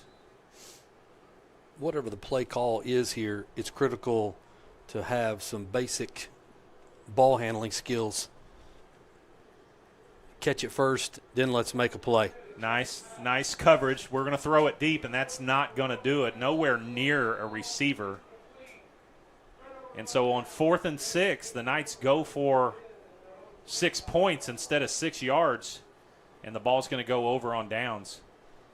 Either a miscommunication or a route that got rounded off a little bit too much, because Will was the closest guy to it, and he was 4 or 5 yards away from the football. So this is what you feared. Henryetta did a great job of possessing the football there, but come away with nothing. Now Beggs, in their last drive, scored right before the half. We got to keep them off the board here. Handoff up the middle. Gets away from the first tackler, and then 3 Henryetta Knights get there. Be smart.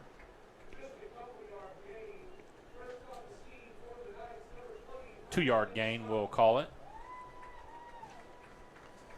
Henryetta doing a good job again defensively outside of just 4th down has hurt us.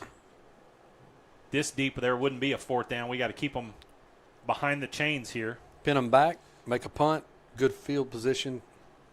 Handoff up the middle. That's a nice gain for Beggs. That's good for a first down. That's a patient run. It was. We had a guy back there in the backfield, but he just ran right past him. I don't know who it was. We got to slow our roll there just a bit. So 1st and 10, still in Demon territory. Snap, handoff again up the middle. Tucker McManus is right there, but a pickup of 3 or 4 on the play. So Beggs, you can tell, is churning it out now with this 6-point lead. Going to try to eat a bunch of clock up, limit the number of possessions, not only for themselves but for Henryetta. If you're up and you keep the ball away from them, you're going to win the football game. 2nd and 7. There's a ball on the ground, and it's recovered by the quarterback, but a loss on the play. So outside of recovering the fumble, that's good news for Henryetta. Loss of 4 or 5. So behind the chains they go. That'll bring up 3rd and 12. So 54 is on the field, Coach Bean, and he's been a sack master. It'd be nice to stick one right here. I bet we bring pressure. Got to keep a ball in front of us, though.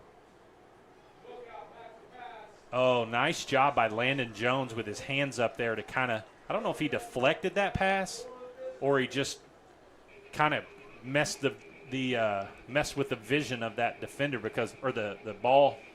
the receiver, excuse me. It's been a long week. Because if he caught it, there was some green grass to go. So the Demons will roll their punt team out. We've talked about Gavin having a nice night coming up and fielding. If he does it here, unless it's really, really booted, he's going to probably get at least to the 50. Kind of working him back a little bit. Almost dropped it. Needs to make a tackle to get to the 50. Or break a tackle. But he gets out to the 39. So not bad just to handle it well.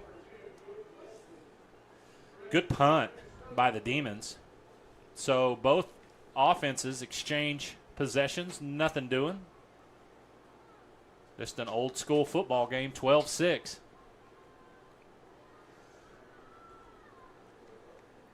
There's going to be a big play made here in this half that's going to seal it or turn the tide. Who's it going to be? 5:46 to go here in the third quarter. Split receivers, left and right. McNack in the backfield. Handoff to him, trying to go off that right side. He's got pressure. Good job by Miko. Look at, he's still going past the first down marker, out of bounds. Almost to the 46. Miko Mac truck with a load full of gravel or maybe points. He learned a lesson on some of those previous runs. When they went low that time, he put the arm out, gave the stiff arm, said, get off of me, I'm going to take 10 more. Man, that's a freshman, ladies and gentlemen. And his feet are churning. He gets it to the outside. He's short and quick with it. Up the middle, he's long and strong. Handoff, Perez. Get hit in the backfield. Good job by Will just to get back to the line of scrimmage. Yeah, Begg's got tremendous penetration on that play, and Will had to make a shifty move just to get back to the starting place. And you can't underestimate plays like that. 2nd and 10 looks way better than 2nd and 14. Really boxes you in on what you're most likely going to do. Miko's got his helmet off over here. I'd love to see him get back out on the field. Bex must be doing a good job of taking Nady out of it. I know Nady's playing a lot on defense. 2nd and 10, and we just jumped off sides. That is a discipline issue because the yards that Will fought to get back, we just gave up. So this is where a long, grind-out type of football game where conditioning and discipline really, really plays a big part. Henrietta's been disciplined on the penalty side so far. But that was a tough 5-yard false start penalty. Always have the physical mentality that you have, but the longer you go, the mental side of the game comes in. You got to really focus in right now and think about what you're supposed to do, what your assignment is, and get that job done. 2nd and 15. Don't have to get it all back at once. Different formation here for Henryetta. Handoff up the middle to Perez. Will with a tough run gets 7. Good job up front by Henryetta to just stay engaged on their blocks. And Will just Pony Express, just riding them right through the middle of the defense. third down, flip side of the 50, surely two down territory, I would think got to score. I would think so. 4 minutes to go in the third. I think it depends on what you get right here. I think if you get it inside 5 or 4, it's definitely go time. You lose yardage. You may play field position. But we're not coaches. We're just guessers. Here we go. Fake. Miko fighting. That play just got bumbled up right there in the middle. They faked that little jet sweep to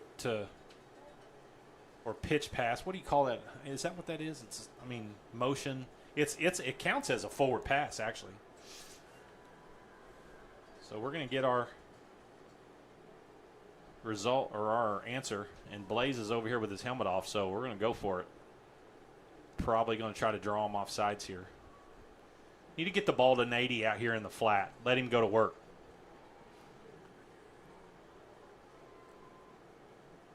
Four on the play clock. That's where we're rolling. He's got him. Braxton Stockholm gets it upfield, and he's got a first down. Sophomore 20, Braxton Stockholm on the reception. Nice call there. Going to a guy who I don't think has caught a pass all year long. And the Beggs defense surrounded Nail and left Braxton on that little drag route from the tight end spot, and a big first down for Henryetta.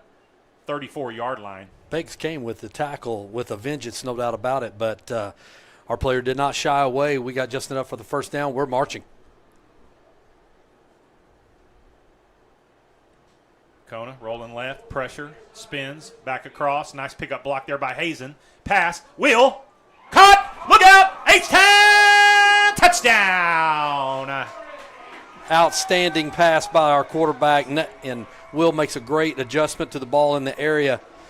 Makes a shifty move, takes that thing to the bank, cashes his check. We'll take 6. Man, nice throw. Replay, look out. Trent's bringing you a replay. First one of the year. He did it. See, Nakona rolls right there to his left. Watch Hazen pick up that pressure right there. Boom. Gives Nakona that extra step. Bam. Right on time. Spin move. Touchdown. Great job, Mr. Trent Tyler. Great job, Lincoln. Let's say great job, Blaze. Need the extra point to take the lead at 2:20. Up, and it hits the upright again. Dadgummit. So 12-12. So we're going to feel like we played before it's over with. So let's is Jeffrey down there anywhere? I don't see him. Yeah, he's right there. Is he filming? Nope. Okay. Let's take a quick break and go to Love Ford, our title sponsor. It's a tie ball game here in the third quarter. Henryetta Beggs, you're watching KVTV. Coach, what's the payoff on that last trade-in? Payoffs? Don't talk about payoffs. Payoffs? Take it over, Brian. Here's the play. Love Ford and Henryetta is paying off a loan of some lucky customer who buys a vehicle from us this year. So they'll have no payoff. Yeah, Super Mario. And we'll reimburse them even if they pay cash. Up to $50,000. It's the triple option. Best price, the Love Plus, and a sprinkle in of the Love Loan payoff. And with great service, Love Ford is the only team that does this. So put a little gravel in your travel and get to Love Ford. Highway 75 and I-40, or go to iloveford.com. That's LUV, baby.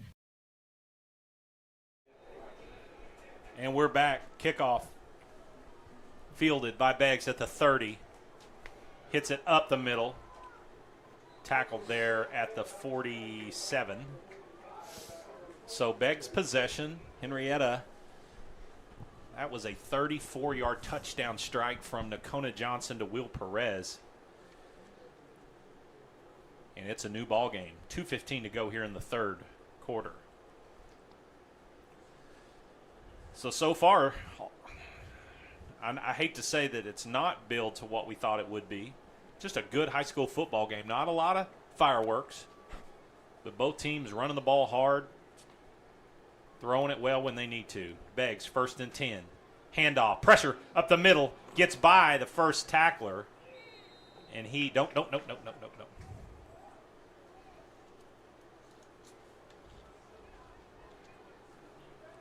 So pickup of 6 on the play.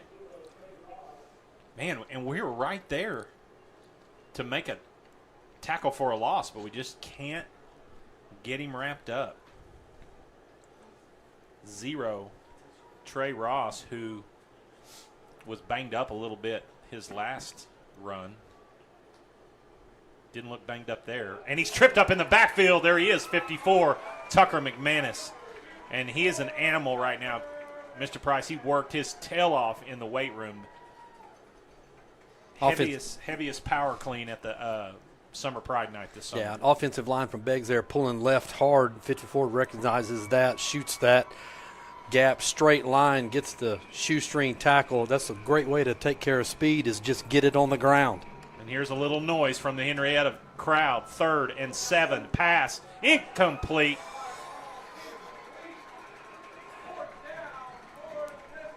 Now something I'm going to see right there. There was a blocker hooked up with 71, Sam Morris, and the guy was giving Sam the business, but Sam jumped up and started clapping, and I noticed 3 Henryetta seniors in the back end telling Sam, stop! Don't get a stupid penalty. Good leadership there by Will and Nady.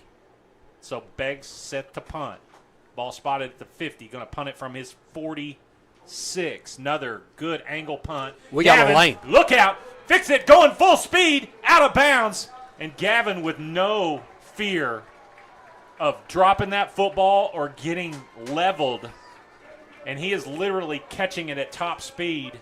It's like the race car coming out of the pit. Full blast right in front of the pace car. That kind of mentality, eventually he's going to catch one. Even though he's doing a great job picking up yardage, he makes one shift and he's going to bust one. That one was very close.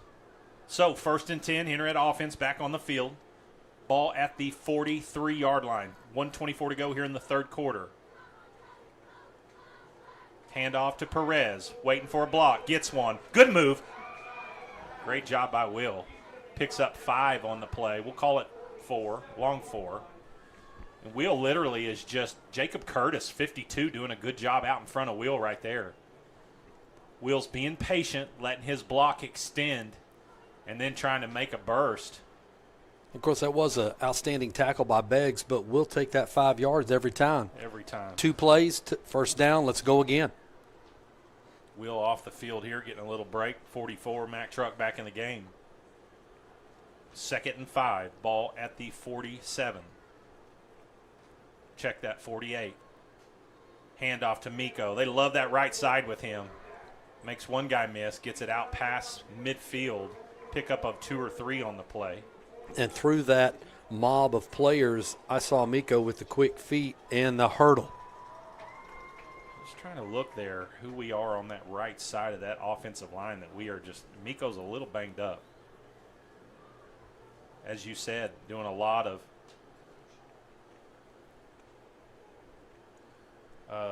it should be right guard. Right guard Landon Jones, right tackle Hazen Dudley, running over those guys a lot. Pulling that line to the right many times over. They're seeing that play. Great time to possibly do a counter and bring that back to the left. Yeah, I was thinking that. That's the end of the 3rd quarter. Henryetta was lined up in Wildcat there. Going to try to churn it out, but we're going to go to a break. We got 1 quarter to play. It's like we haven't played any. It's still tied 0-0, but it's 12-12. We'll be right back. Let's hear from Shipman Consulting, the wireless internet sponsor of Night Vision TV. Is your organization tired of tech headaches? Let Shipman Consulting handle it. From cybersecurity to managed IT services, we keep your IT running smoothly so you can focus on what matters most. Call Shipman Consulting today and experience hassle-free. Hometown Healthcare Solution is a family-owned and operated healthcare company. We're committed to providing affordable healthcare to our hometown folks and surrounding communities. We offer standard urgent care visits as well as lab testing, x-rays, and minor procedures. We are an urgent care for all ages, and we offer primary care for adults and accept all insurances. Hometown Healthcare Solutions, located at 811 West Main right here in Henryetta, is open Monday through Thursday.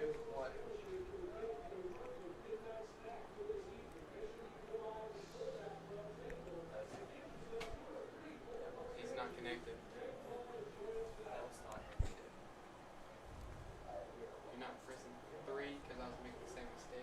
Okay, bring it back to the booth cam then. So I wonder if his Hollyland battery's running low. Somebody might text him and let him check that and make sure it ain't been turned off.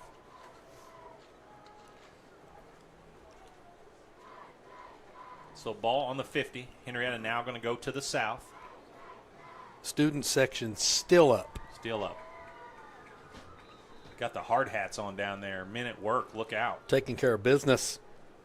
So Henryetta comes back out in not quite the same formation, but it is a Wildcat look with Perez. And they're going to come off this right side over here. Will. Tough run. Look out. Spinning backward. And I think it was enough to get it. He hit the circle button on the remote control, kept spinning, and made his way for the first down. Very impressive. He's getting contacted from the front, and Will just turned and started driving backwards and picked up another 3 yards, and it was exactly what he needed for the first down, all the way down to the 46. You feel those times in games when momentum shift? Right now, it's almost like Beggs cannot stop us if we run the football. And hang on to it. 1st and 10, 11:53. Double motion. Stealing Wildcat. You know, I believe fully in the announcer's jinx. That's my fault for even saying hang on to the football. Mr. Price is either praying or thanking. Loss of 2 on the play. But again, we maintain possession. Clock running, 11:25. As much as we are running the football well, you almost feel like it's going to have to be another pass play. Look out on the slant route up on the top right there to Hayden Kaler. Nope. Handoff. Miko runs over a guy, carrying another guy across the 45. You know, being behind the sticks, that's not a bad situation. Number one, when you have Miko. Number two, it was only 2nd down. Now we're manageable 3rd and 7. And it feels like Coach Adler's thinking we've got 3 plays from there, now 2, to do that on 2nd and 12. But we pick up 5. And we have pretty much a timeout coming with a Beggs player down. So is Jeff back up? Well, instead of going to a commercial, let's stay here to him. Once again, if you are interested in being our sideline pass sponsor, we wouldn't want you to right now because we can't get signal down on the sideline. I wonder if it's. Because I can see his screen from up here. I bet his Hollyland's off.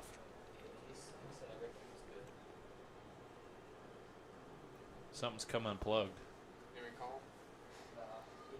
We'll just come back, but we need to try to get it fixed because I have a feeling there might be something big down there in a little bit.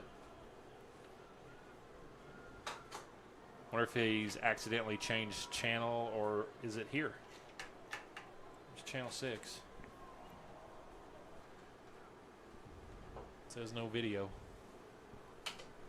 Okay, here we go. We're back.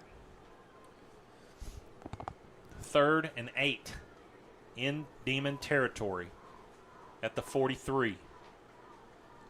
Miko back with Nakona. Handoff to Miko. He's got a blocker out in front. Big yardage. Miko, stiff arm.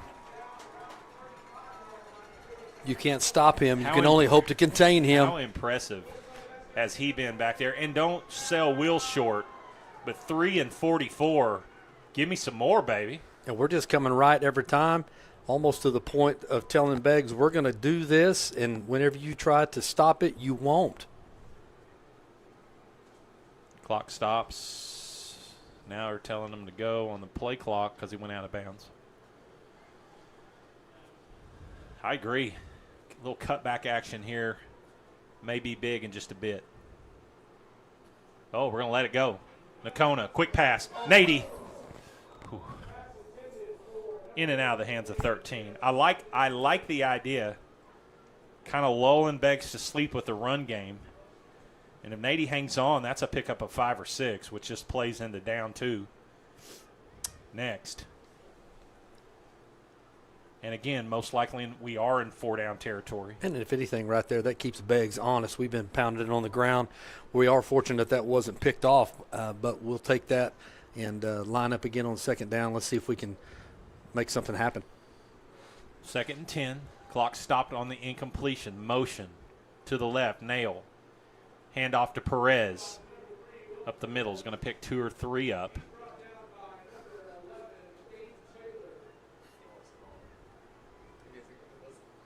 Check that. Give him 4. No doubt going 2 downs here.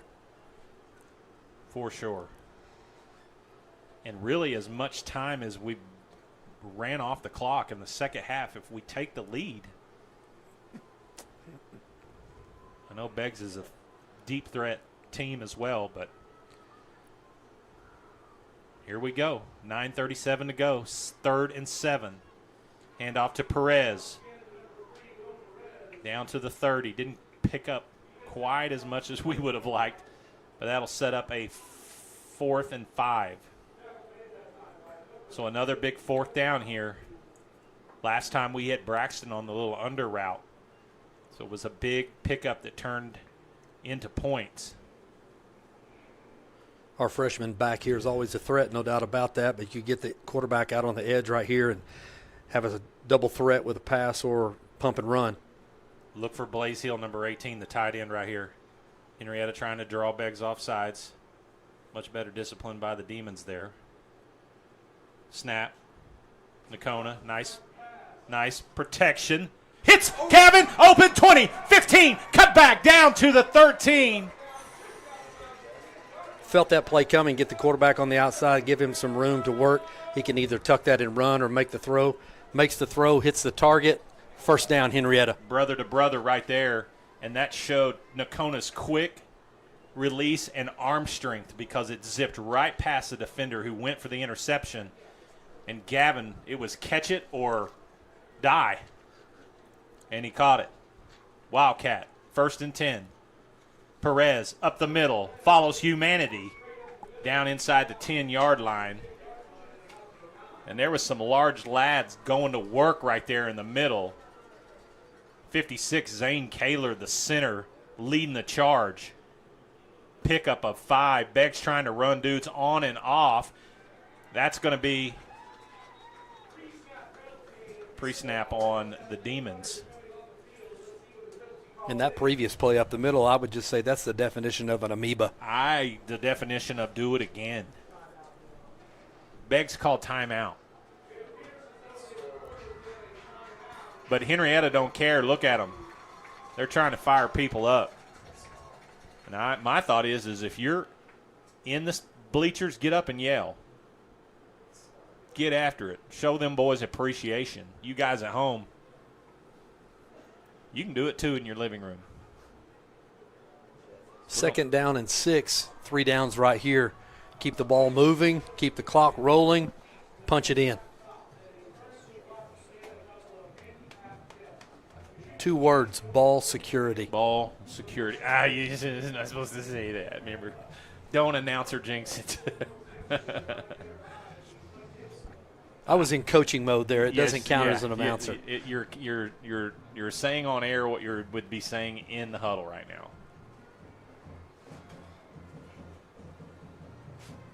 He's got to have something unplugged. Okay, we need to come back. We're back? Okay. Thank you, Lincoln.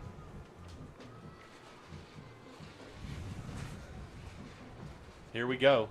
Wildcat.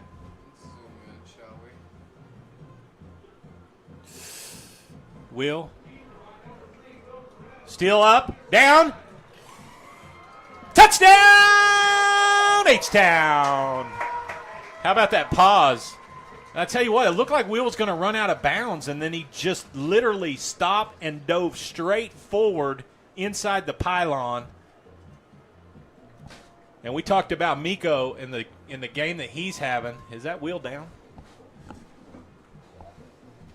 Great patience there by Wills. He bounces out to the outside, cuts it back up. Beggs' defender gets on his back. Will says, no problem, I'll take you for a ride, and into the end zone he goes. Will down with a cramp. Looks like a cramp. Coach Leader, our athletic director, and Susan Brandt of Hometown Healthcare trying to get that thing rubbed out. Give that guy a potassium pill. We're going to hold it one more time.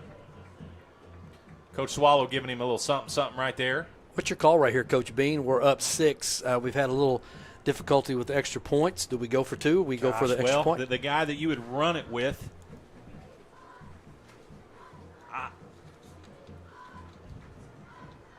I say you go Wildcat with Miko and say to Beggs, how big of an old boy are you? Nope. Nakona in the game. We are going to go for 2. Ooh. This would be great if we could get it. Beggs runs a guy off late. Handoff. Lindsey. He's in! 2-point conversion is good. And the Knights take an 8-point lead at the 7:53 mark. Felt that momentum shift coming right there. No disrespect to our extra point or field goal kicker. He's been doing a great job this season, but just felt like we've been wearing out Beggs on the ground, so why not bring the lumber one more time? I tell you what, man, the one thing that I notice about this team so far in these 3 games, and especially tonight, is we just have an attitude about us of we're tougher than you are. We got tougher dudes up front and guys holding the football, so we're just going to make you man up and beat us that way. Yeah, good adjustment, as you mentioned, at halftime, kind of getting to the ground a little bit more.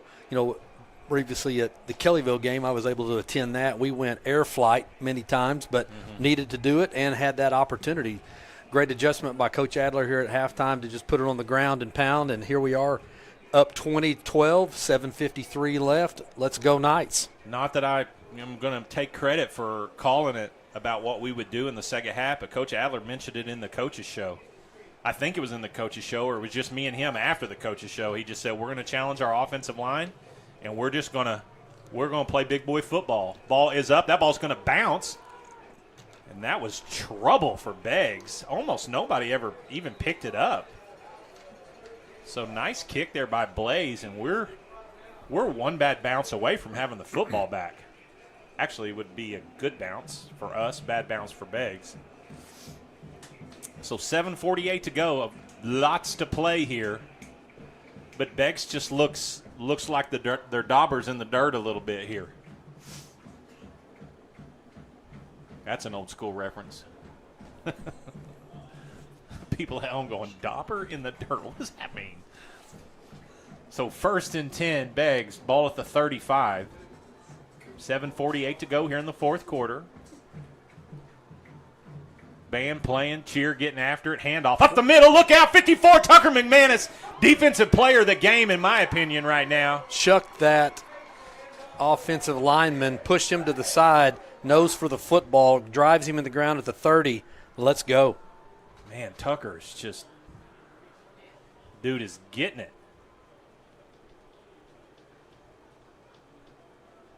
We definitely have the size advantage up front.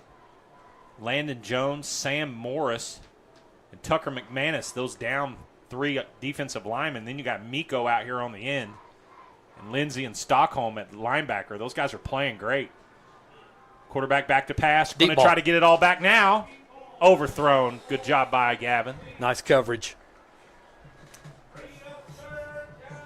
And, of course, to have the time to throw right there, the quarterback had to retreat 10 yards. Because he's hearing the footsteps right now. It's been a few days, Coach Beam, but playing cornerback way back in the day, you see that ball coming, you're on an island. You got to make a play, but also make sure you don't get the flag. That's a great defensive stand right there. 3rd and 14. Need to do a good job of keeping people in front. Burner over there up on top with Gavin. One-on-one, man-to-man. Quarterback Back to pass. Oh, no. Caught. Number 22. And Nady does a great job of running him down. Miko got lost on the wheel route out of the backfield. Nice play call and pass there by the Demons. And, man, the momentum that Henryetta had built right now has been taken away for just a bit, and Beggs steals it back. Still not in. Still time for a big play. We need to pull a turnover here going into the end zone like they did us. They're going to go Wildcat with number 5. He runs up the middle. Tackle, guess who? 54, Tucker McManus. There's no way that he gained that many yards. Looked like we hit him almost immediately. Looks like he picks up 4 or 5. Ball's now spotted at the 9, so they can get a first down. Looks like inside the 5, and we got a guy down. Man. What a big play by the Demons there. Braxton Stockholm gets up.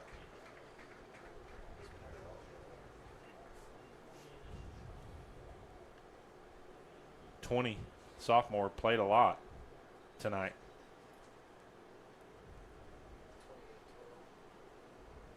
(28-12) Weleeka. 28-12 Weleeka Outlaws over the Dewar Dragons.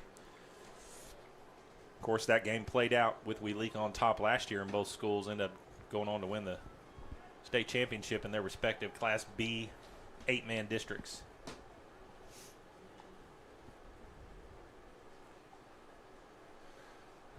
So it looked like a gain of 3 on the play. 2nd and 7 from the 9. First down would get him down inside the 3. Braxton was hurt and then ran back out on the field. Quarterback rolling to his right, looking, pass, up in the air, and it is knocked out of the receiver's hand.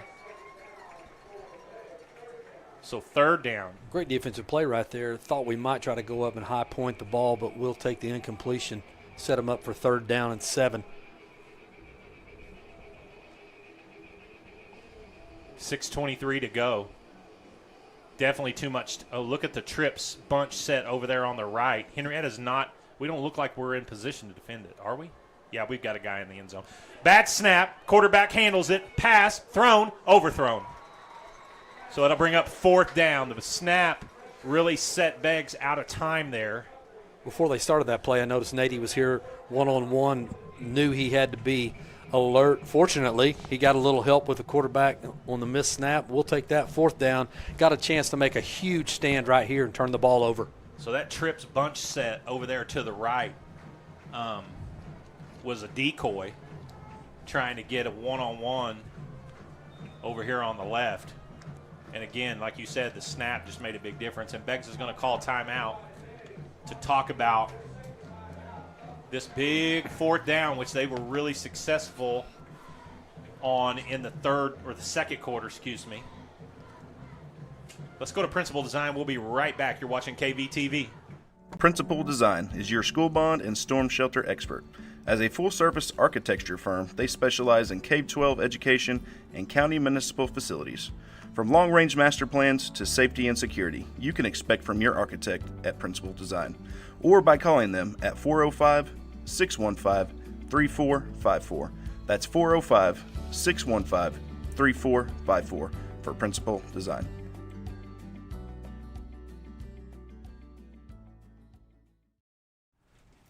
Faith Church is a proud sponsor of the Henryetta Knights. Here's to a great season. And no matter what season of life you are in, Faith Church has something for you. We would like to invite you to join us in person at one of our weekly worship services.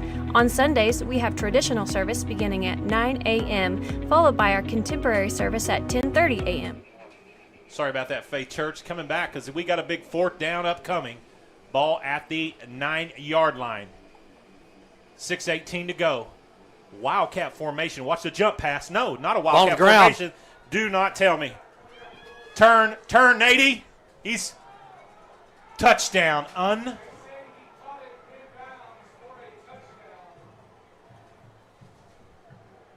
Touchdown Beggs. And the quarterback was a bad snap, fumbled it, extended the play and dropped it right into the hands of the receiver, who had to have got a pinky toe down. Nady had good coverage, but that was just a great pass. But Nady never got his head turned around to knock the ball down. So what did you expect? It's been that kind of game. And the interesting thing here is, of course, they're probably going to go Wildcat. The quarterback's down. And I will say, just being honest, Boston Bookout, we'll take our hat off to that young man. Come into the game as the backup quarterback after their starting quarterback was hurt in their week 0 game versus Verdigris. So Bookout playing for the first time. No doubt, as that ball hit the ground, he picked it up to make that pass. Here? And the guy coming onto the field is mouthing the official. We would love nothing more than a unsportsmanlike conduct. I don't know who that is. I don't know if that's a coach or the young man's parent. Did you see that? Yeah, quarterback bobbles the ball there, picks it up, stands strong, makes a throw, but he did get hit hard as soon as he released. Nothing illegal, but still feeling the effects of that. No, just a lot of pressure.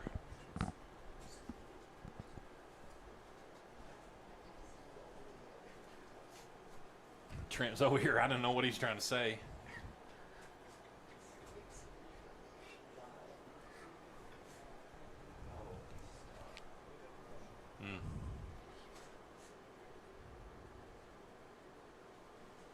So Susan's going to step out there. Plus, we've got, looks like, members of the Ocmulgee County EMS.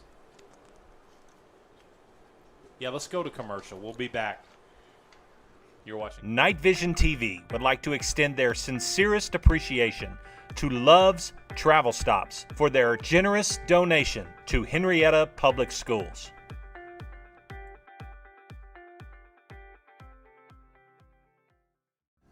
Farm Bureau Insurance takes pride in providing the best coverage possible to our clients and neighbors. We can cover all of your insurance needs, from home, auto, farm, commercial, life, and everything in between. Stop by our Farm Bureau office at 1012 West Main Street in Henryetta, or give us a call at 918-652-3783. Living beside you, working for you. Farm Bureau Insurance.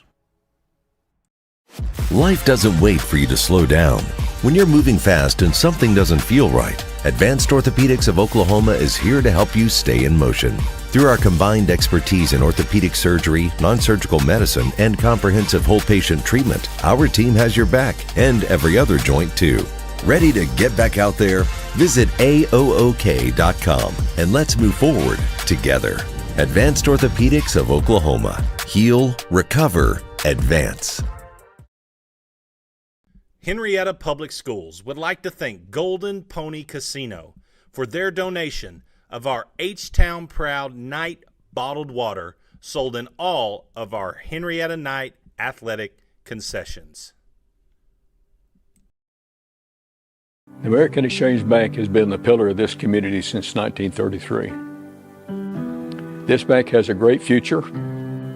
This is a very well capitalized bank, and we're proud of it.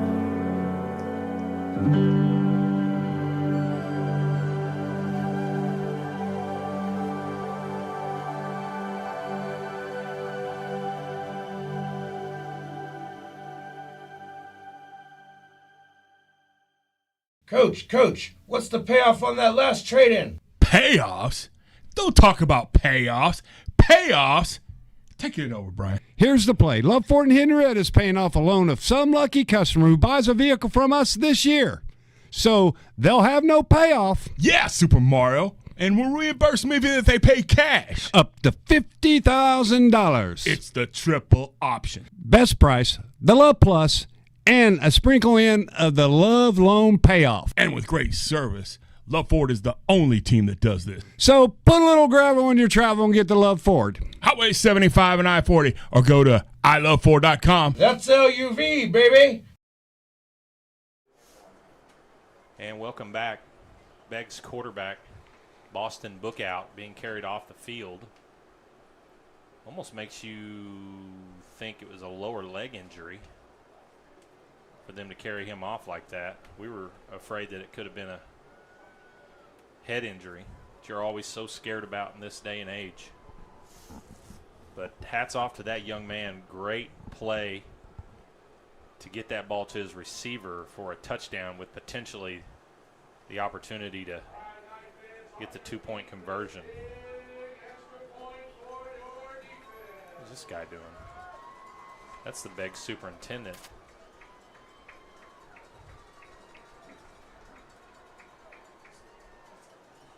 So here we go. 2-point conversion upcoming.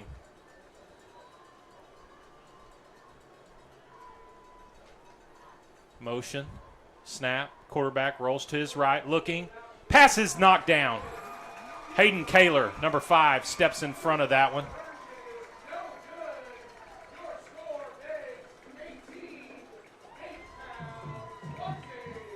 Beggs looking for the option right there, quarterback run or pass. Likes to throw the pass. Defender or cornerback reads the ball, almost even picks it, which didn't need to knock it down. We're still up 2. So the question is, were our running backs on the sideline for that defensive possession getting some much-needed breather? Because we're going to ground and pound this thing out, hopefully. And hats off to the Demons there, rolling number 9, who hasn't taken a snap. Bobby Baker, wide receiver, comes in and sprints out to the right. Had a guy open, but Hayden made a nice move on the football.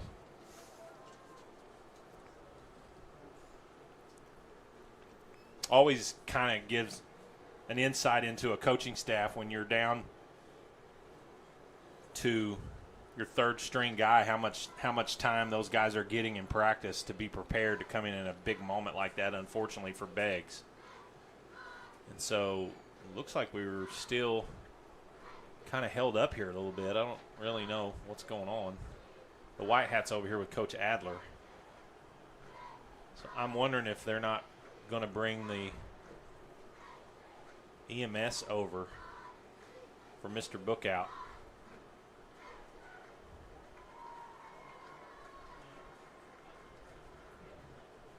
We saw something very similar about this point of the game at Kellyville, in which the game stopped for some 25 minutes.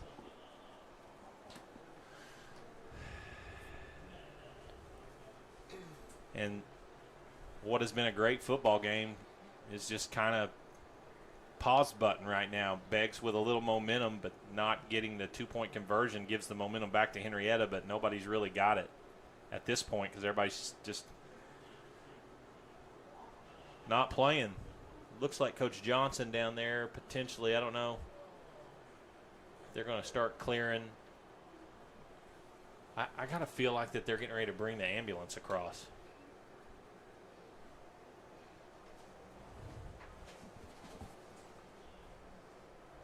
I don't even see one.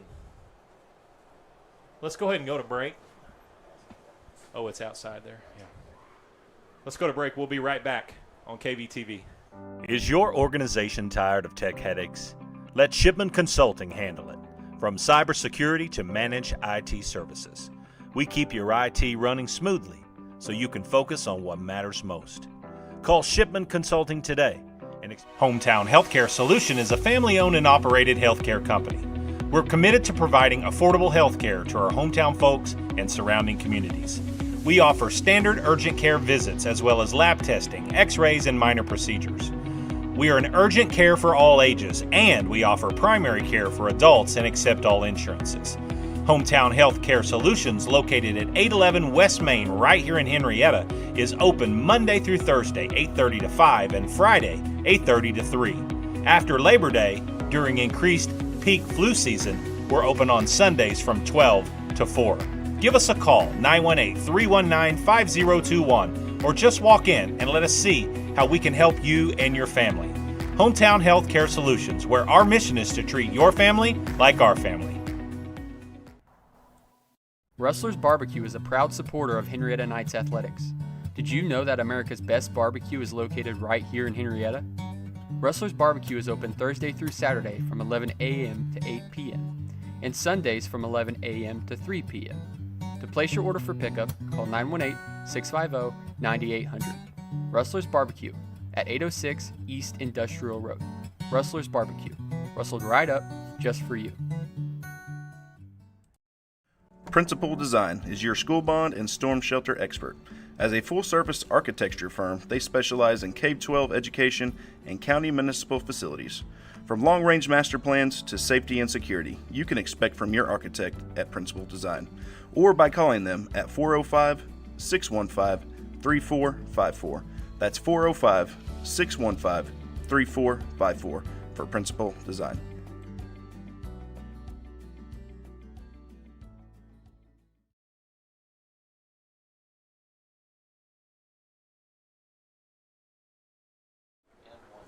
Okay, welcome back. Coach Leader, our athletic director, brought the card out with Susan from Hometown Healthcare, who helps on our sideline, the injured player from Beggs. And they have taken him out of the stadium. Boston Bookout, who's played a pretty daggum good football game. Coming back to the play right here on the kickoff, I've just always had that mentality of expect the unexpected. You never know with this type of game, do they hit an onside?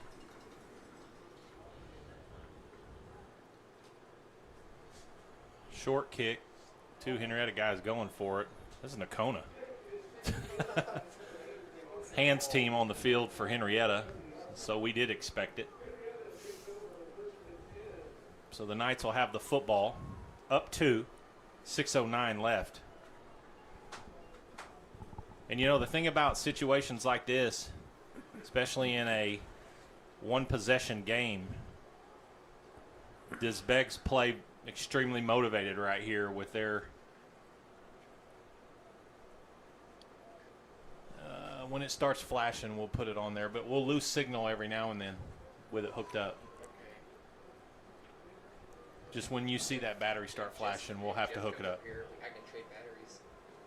With the ground game that we've been punishing them with, they may come up and just say, we're going to make you throw it. Hand off to Jalen Lindsay. Breaks tackle. They're trying to rip it out of his hand.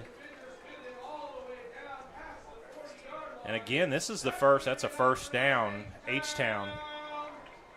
This is the first game that Lindsay has carried the football like he has. And I'm seeing kind of why. No doubt. We've got the ground game advantage right now. Feel like we're getting stronger. Have to hold on to the football. Yeah, you're right. Have to. 5:40 and running. 1st and 10. We could churn out 3 or 4 first downs. Milk the clock. Flag on the play. That's going to be a false start. No, offsides. What is that going on over here? So big get right there by Henryetta for Henryetta. Offense had shifted to the right, clearing out the left side for Miko, otherwise known as Mack Truck. And he was getting ready to take a load down the sideline, but flag on the play against Beggs. We'll take 5 yards, reset. So clock running, play clock started at 40, so 30 seconds left. So if Henryetta, Coach Adler's got his quarterback over here, he's going to milk it down as far as he can. So clock management happening here for the Knights. Beggs with 1 timeout left.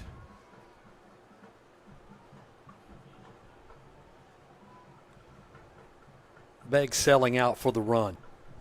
Snap. Give it to Miko. Miko out. Hang on to the football, Bubba. Blow the whistle. Is the whistle blown? So big carry there for Miko. Gain of 8. H-Town first down. Clock 4:42 is stopped for the spot and the chains to be moved. And in a game with everything that's happened, as much as I love Miko just refusing to go down, the officials, in my opinion, have to blow the whistle quicker than that. Yeah, you get in those kind of situations where they're tugging, fighting, pushing. That's where injuries can occur. Shut it down. Keep going. Why is the clock not running? There it is. They reset the play clock to 25.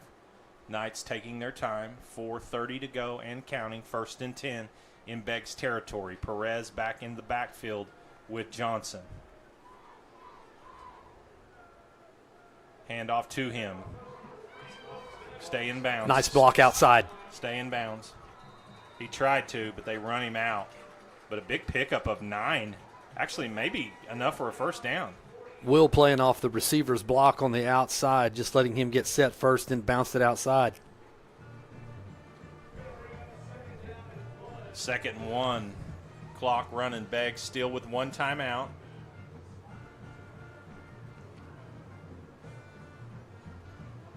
So the clock's not going to run because he ran out of bounds. But that's okay. He's got 2nd down, so. Play clock at 9. We've got 2. Okay, they run it out there. Nakona going to keep this one, get upfield for a first down, and slides down inbounds. Clock's going to continue to run after the spot. First down, picked up by Henryetta. Coach Bean, I have a question. Yep. Do you think that we enjoy running the ball to the right side tonight? If we don't enjoy it, Coach Adler is diabolical. Coach McGuire, because that's what we're going to do. Now, I haven't been watching closely. Are we also pulling the guard across and blocking? Some of those plays we are. Yeah, because we've got the tight end over here too, so we're strong, heavy on that side. Ooh, we shift the tight end to the left here. There's the pull. Miko driving his feet. Look out.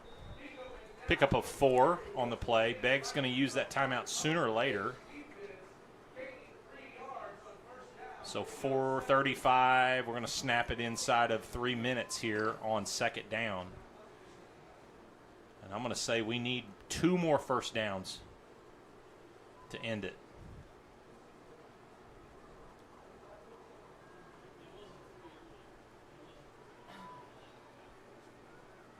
Impressive run by Miko there. Also, I don't know if you can tell, but inside that mob of players, he's got a little shimmy shake to pick up a few more yards. Hand off to Miko. Cuts it back up against the grain. Hit. 0 trying to jerk that thing out of his hand, and it's fumbled.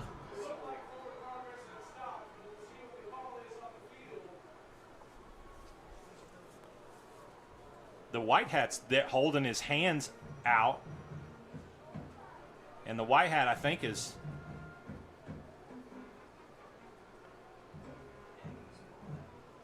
they're going to give it to Beggs.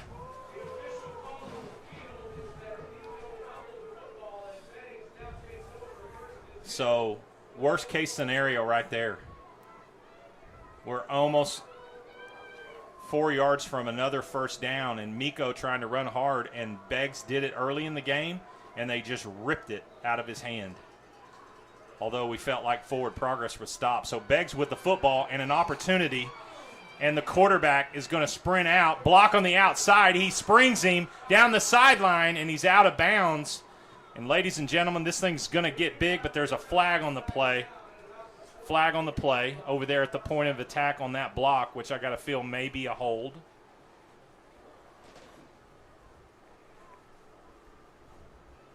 Man, I still feel like Miko's forward progress was stopped because he was being pushed backwards when that ball was ripped out of his hand. That is a hold on Beggs.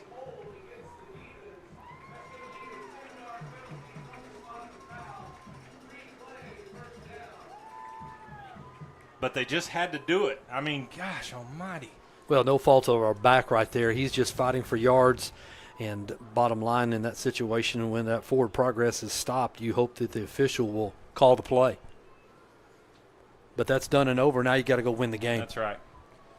First and long. Clock stopped on the penalty. 1st and 8. Spot foul. Once again, new quarterback in the game. Has The speed. Demons. Yes, fresh legs. Knight's got to be defensively sound right here. Running back took off early. Quarterback makes a guy miss. And he's just pretty much more of a threat to run it than he is to throw it. And I don't think the clock ran at all. Wasn't it 2:25 when the play started, or 2:35?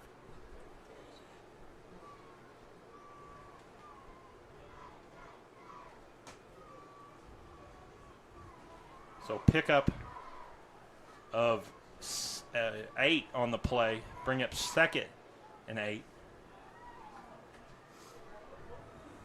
Henryetta needs a turnover to seal it. Or a stop. Snap, pass, in the flat, caught by Begg's receiver. He's out of bounds. I knew it. Knew it was going to happen. Sooner or later. They're going to call a late hit out of bounds on Henryetta. And that's not a dirty play. That's just guys playing hard to get a guy out of bounds. Unfortunate. And this is going to march it all the way down close to the Henryetta 30. No, check that, 35.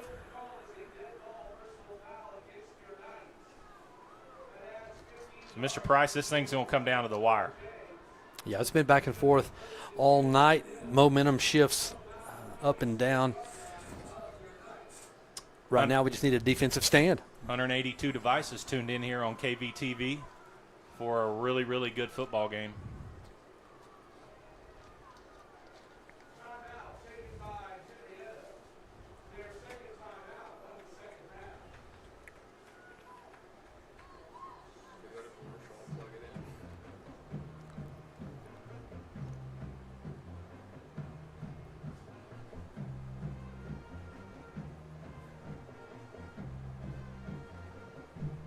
We can go to a break. Sorry, I got caught up.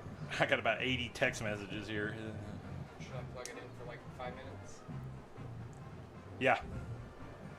Henryetta Public Schools would like to thank Golden Pony Casino for their donation of our H-Town Proud Night bottled water sold in all of our Henryetta Night athletic concessions.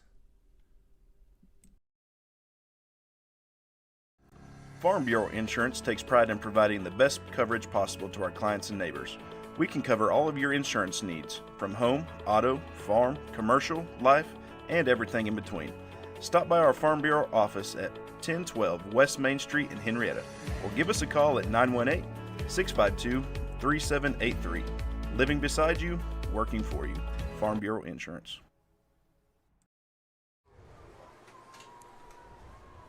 And we are back. 1st and 10, 2:19 to go. Beggs with the football. Quarterback keeper over the right side, more room, tackled. 7-yard gain. Oh, and Beggs, I hate to say they're not going to throw it, but there's a wide receiver in there at quarterback.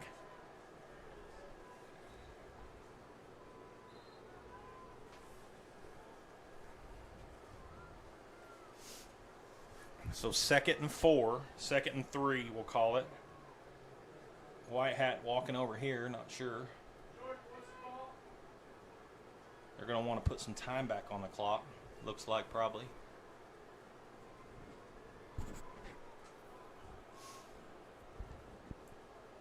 I don't like the way this feels. So they're putting some time back on the clock. 2:08. Dadgum. 9 seconds. So 2nd and 4. Henryetta got to step up and make a big defensive play here. No. 1-8. Just talking our headset. Jordan's right next to him. 2:09. So 12 seconds somewhere. Here we go. 2nd and 4. Quarterback just going to run it to the right. Cut back. He's hit hard, but still going. He's close to a first down.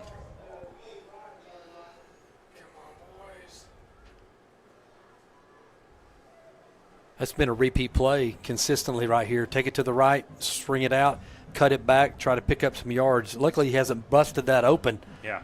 We hope we can contain right here. Henrietta's defense has just been snake bit in those 4th downs. 2 scores, one right before the 3rd quarter and the last one on 4th down, touchdown passes. Clock running, 1:47 to go, 1st and 10, ball at the 25. Handoff. Up the middle. Look out. Runner got room. Still going. Down near the goal line. Wow.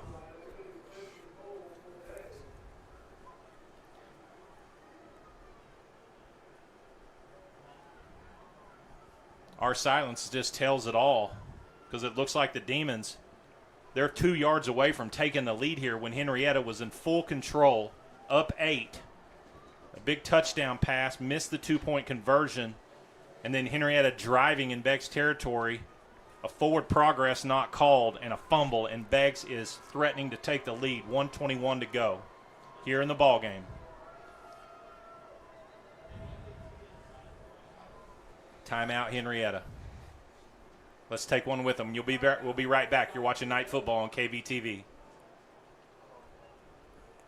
Coach, what's the payoff on that last trade-in? Payoffs?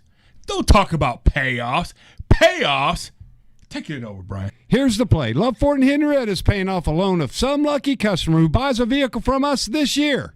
So they'll have no payoff. Yeah, Super Mario. And we'll reimburse them even if they pay cash. Up to $50,000. It's the triple option. Best price, the Love Plus, and a sprinkle in of the Love Loan payoff. And with great service, Love Ford is the only team that does this. So put a little gravel in your travel and get to Love Ford. Highway 75 and I-40, or go to iloveford.com. That's LUV, baby. Is your organization tired of tech headaches? Let Shipman Consulting handle it. From cybersecurity to managed IT services, we keep your IT running smoothly so you can focus on what matters most. Call Shipman Consulting today and experience hassle-free IT. 918-200. So welcome back. Here we go. 1st and goal from the 2. Handoff up the middle. Touchdown, Demons.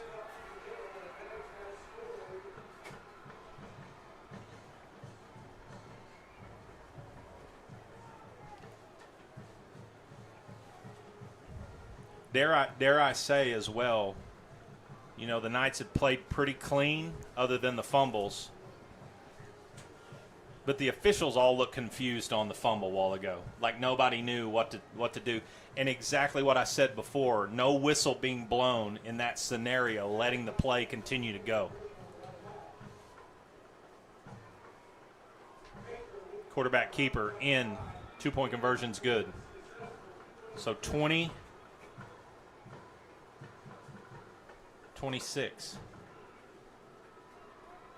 1:10 to go. Henrietta will get the ball back. Henrietta's got to get their head up right here and get a big return. And then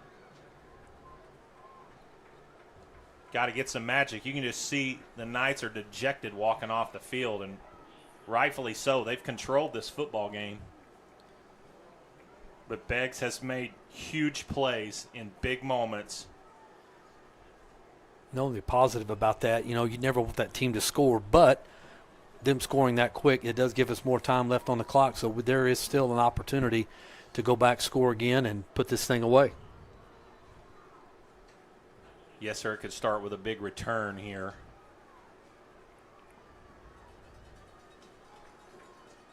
Man, that run, and I'm going to say fumble. I'm not putting that on Miko because I still think he's doing – the kid's played his heart out.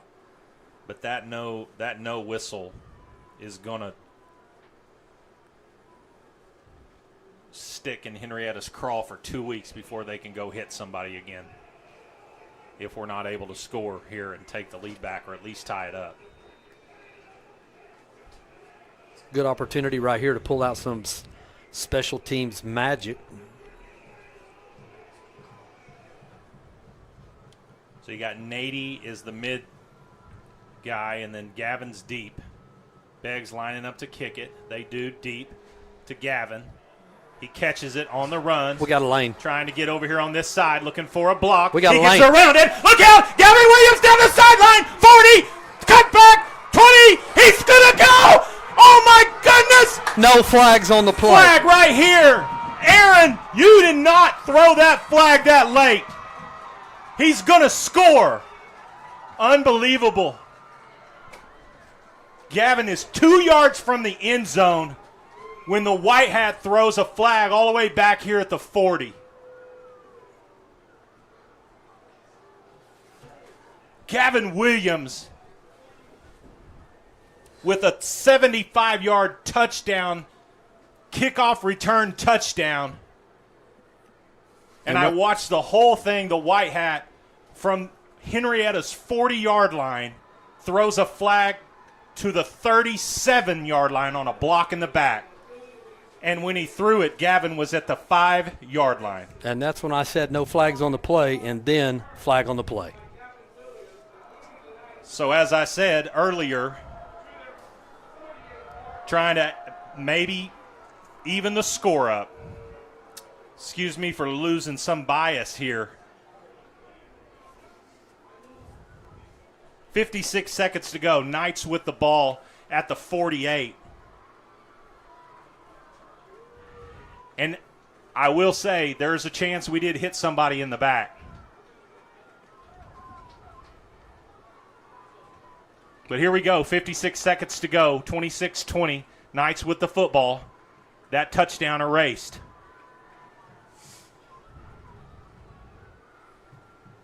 Quick pass to Gavin. Trying to go. Nakona gets drilled. Got Gavin, another line. Look out, trying to do it. Get around the outside, and he's going to get tackled. Nakona gets blitzed in the backfield. Whitehat didn't see that one. 45 seconds to go. Henrietta has no timeouts left. So we're in 2-minute drill. Clock running. 42, 40. First and 10. Nate has an advantage on the bottom. Ball at the 30. We hand it off with no timeouts. What are we doing right there? We got to get to the ball. 25 seconds to go. Got to get up and spike. Might as well run a play at this point.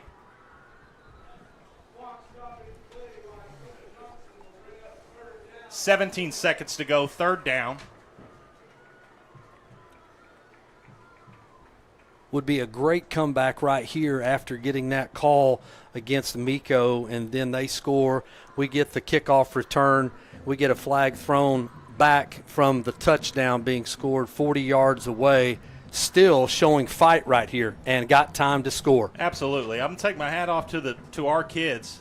They have not laid down when they probably could have.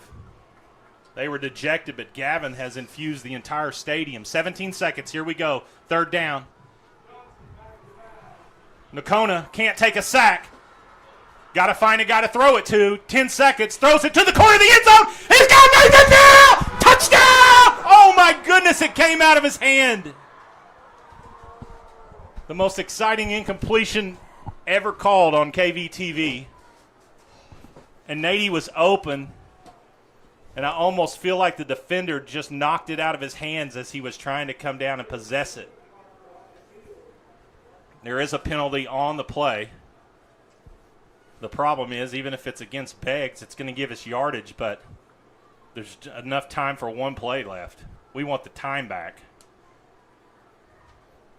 How big is it, them putting those 11 seconds back on the clock earlier that I was griping about?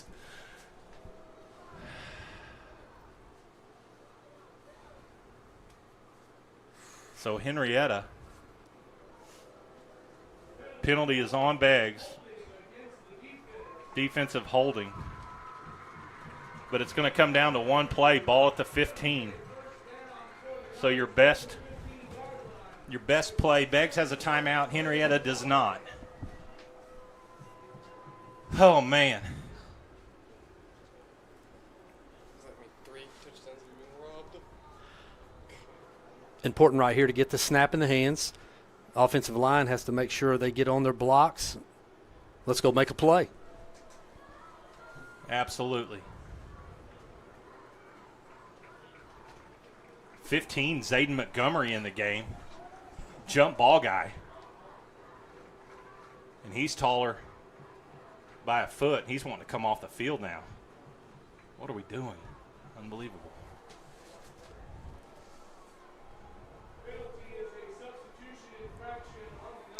Honestly, what's, 5 more yards just allows, or is that 10? 5? 5 more yards doesn't make that big a difference unless we get tackled 3 yards short.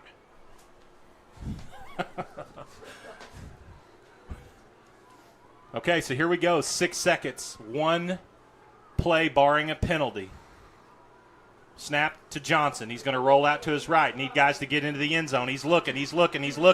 Fires. Back of the end zone. Ball up. Incomplete. And that's the ball game.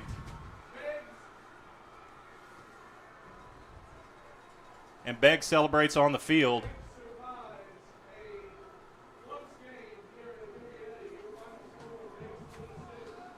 Congratulations, Mr. Whitehat.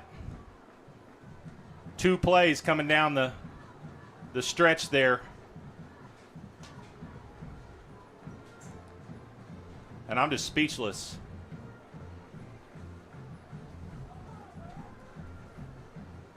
Coach Bean, it was a pleasure to call tonight. Proud of our boys. Did not quit. Could have laid down during those types of calls that showed class to fight on early in the season. Proud to know we have that. And we'll regroup, come back 2 weeks, we'll be ready to go again. Absolutely. Just hate to see it end the way that it did when Henryetta did everything they could to win the football game, minus a couple of just, heart offensive plays by Beggs, 4th down touchdown passes when Henryetta had great coverage, and then the turnover story is going to play big. Henryetta turned it over at least. We had the interception in the end zone there in the first half. At least 3 fumbles that we lost, and the last one just turning into points for Beggs, or else the Knights most likely win by 2 scores, if not more. But unfortunately, that's how it goes. The good news about this game is that this does not affect Henrietta's playoff draw at all. Good sportsmanship going on out there at midfield. Congratulations to Coach David Shannon, his first win as a head coach. And I'm sure he'll take it. He probably doesn't feel great about it, but he'll take it. But I'm going to say right now, for this team in the black and gold over here, coming in front of their band,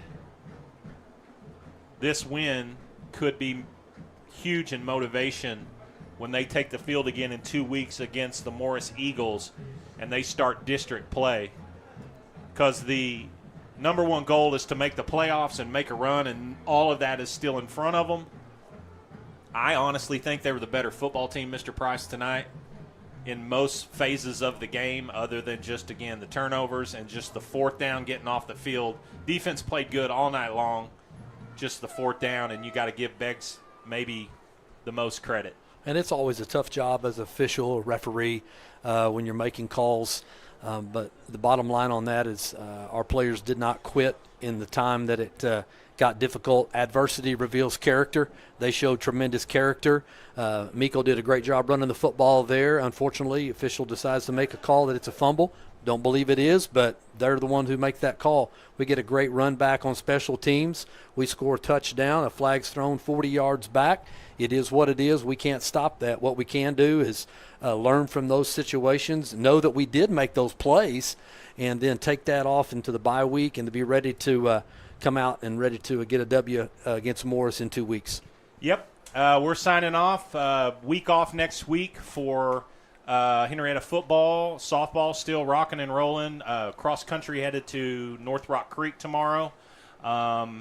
Football again will be off, so a little bit of a step down a little bit for KVTV next week, but we'll be back on the road not only for softball games or at home next week. I believe we host a game on Tuesday that we'll be there to cover, but we'll be back covering night football on the 27th, I believe, at Morris for the Walker Cup game. So you guys have a great weekend. Thank you for watching us here on KVTV. And it's always a great day to be a Henryetta Knight. Thank you for watching Night Vision TV, your source for Henryetta athletics, powered by Love Ford.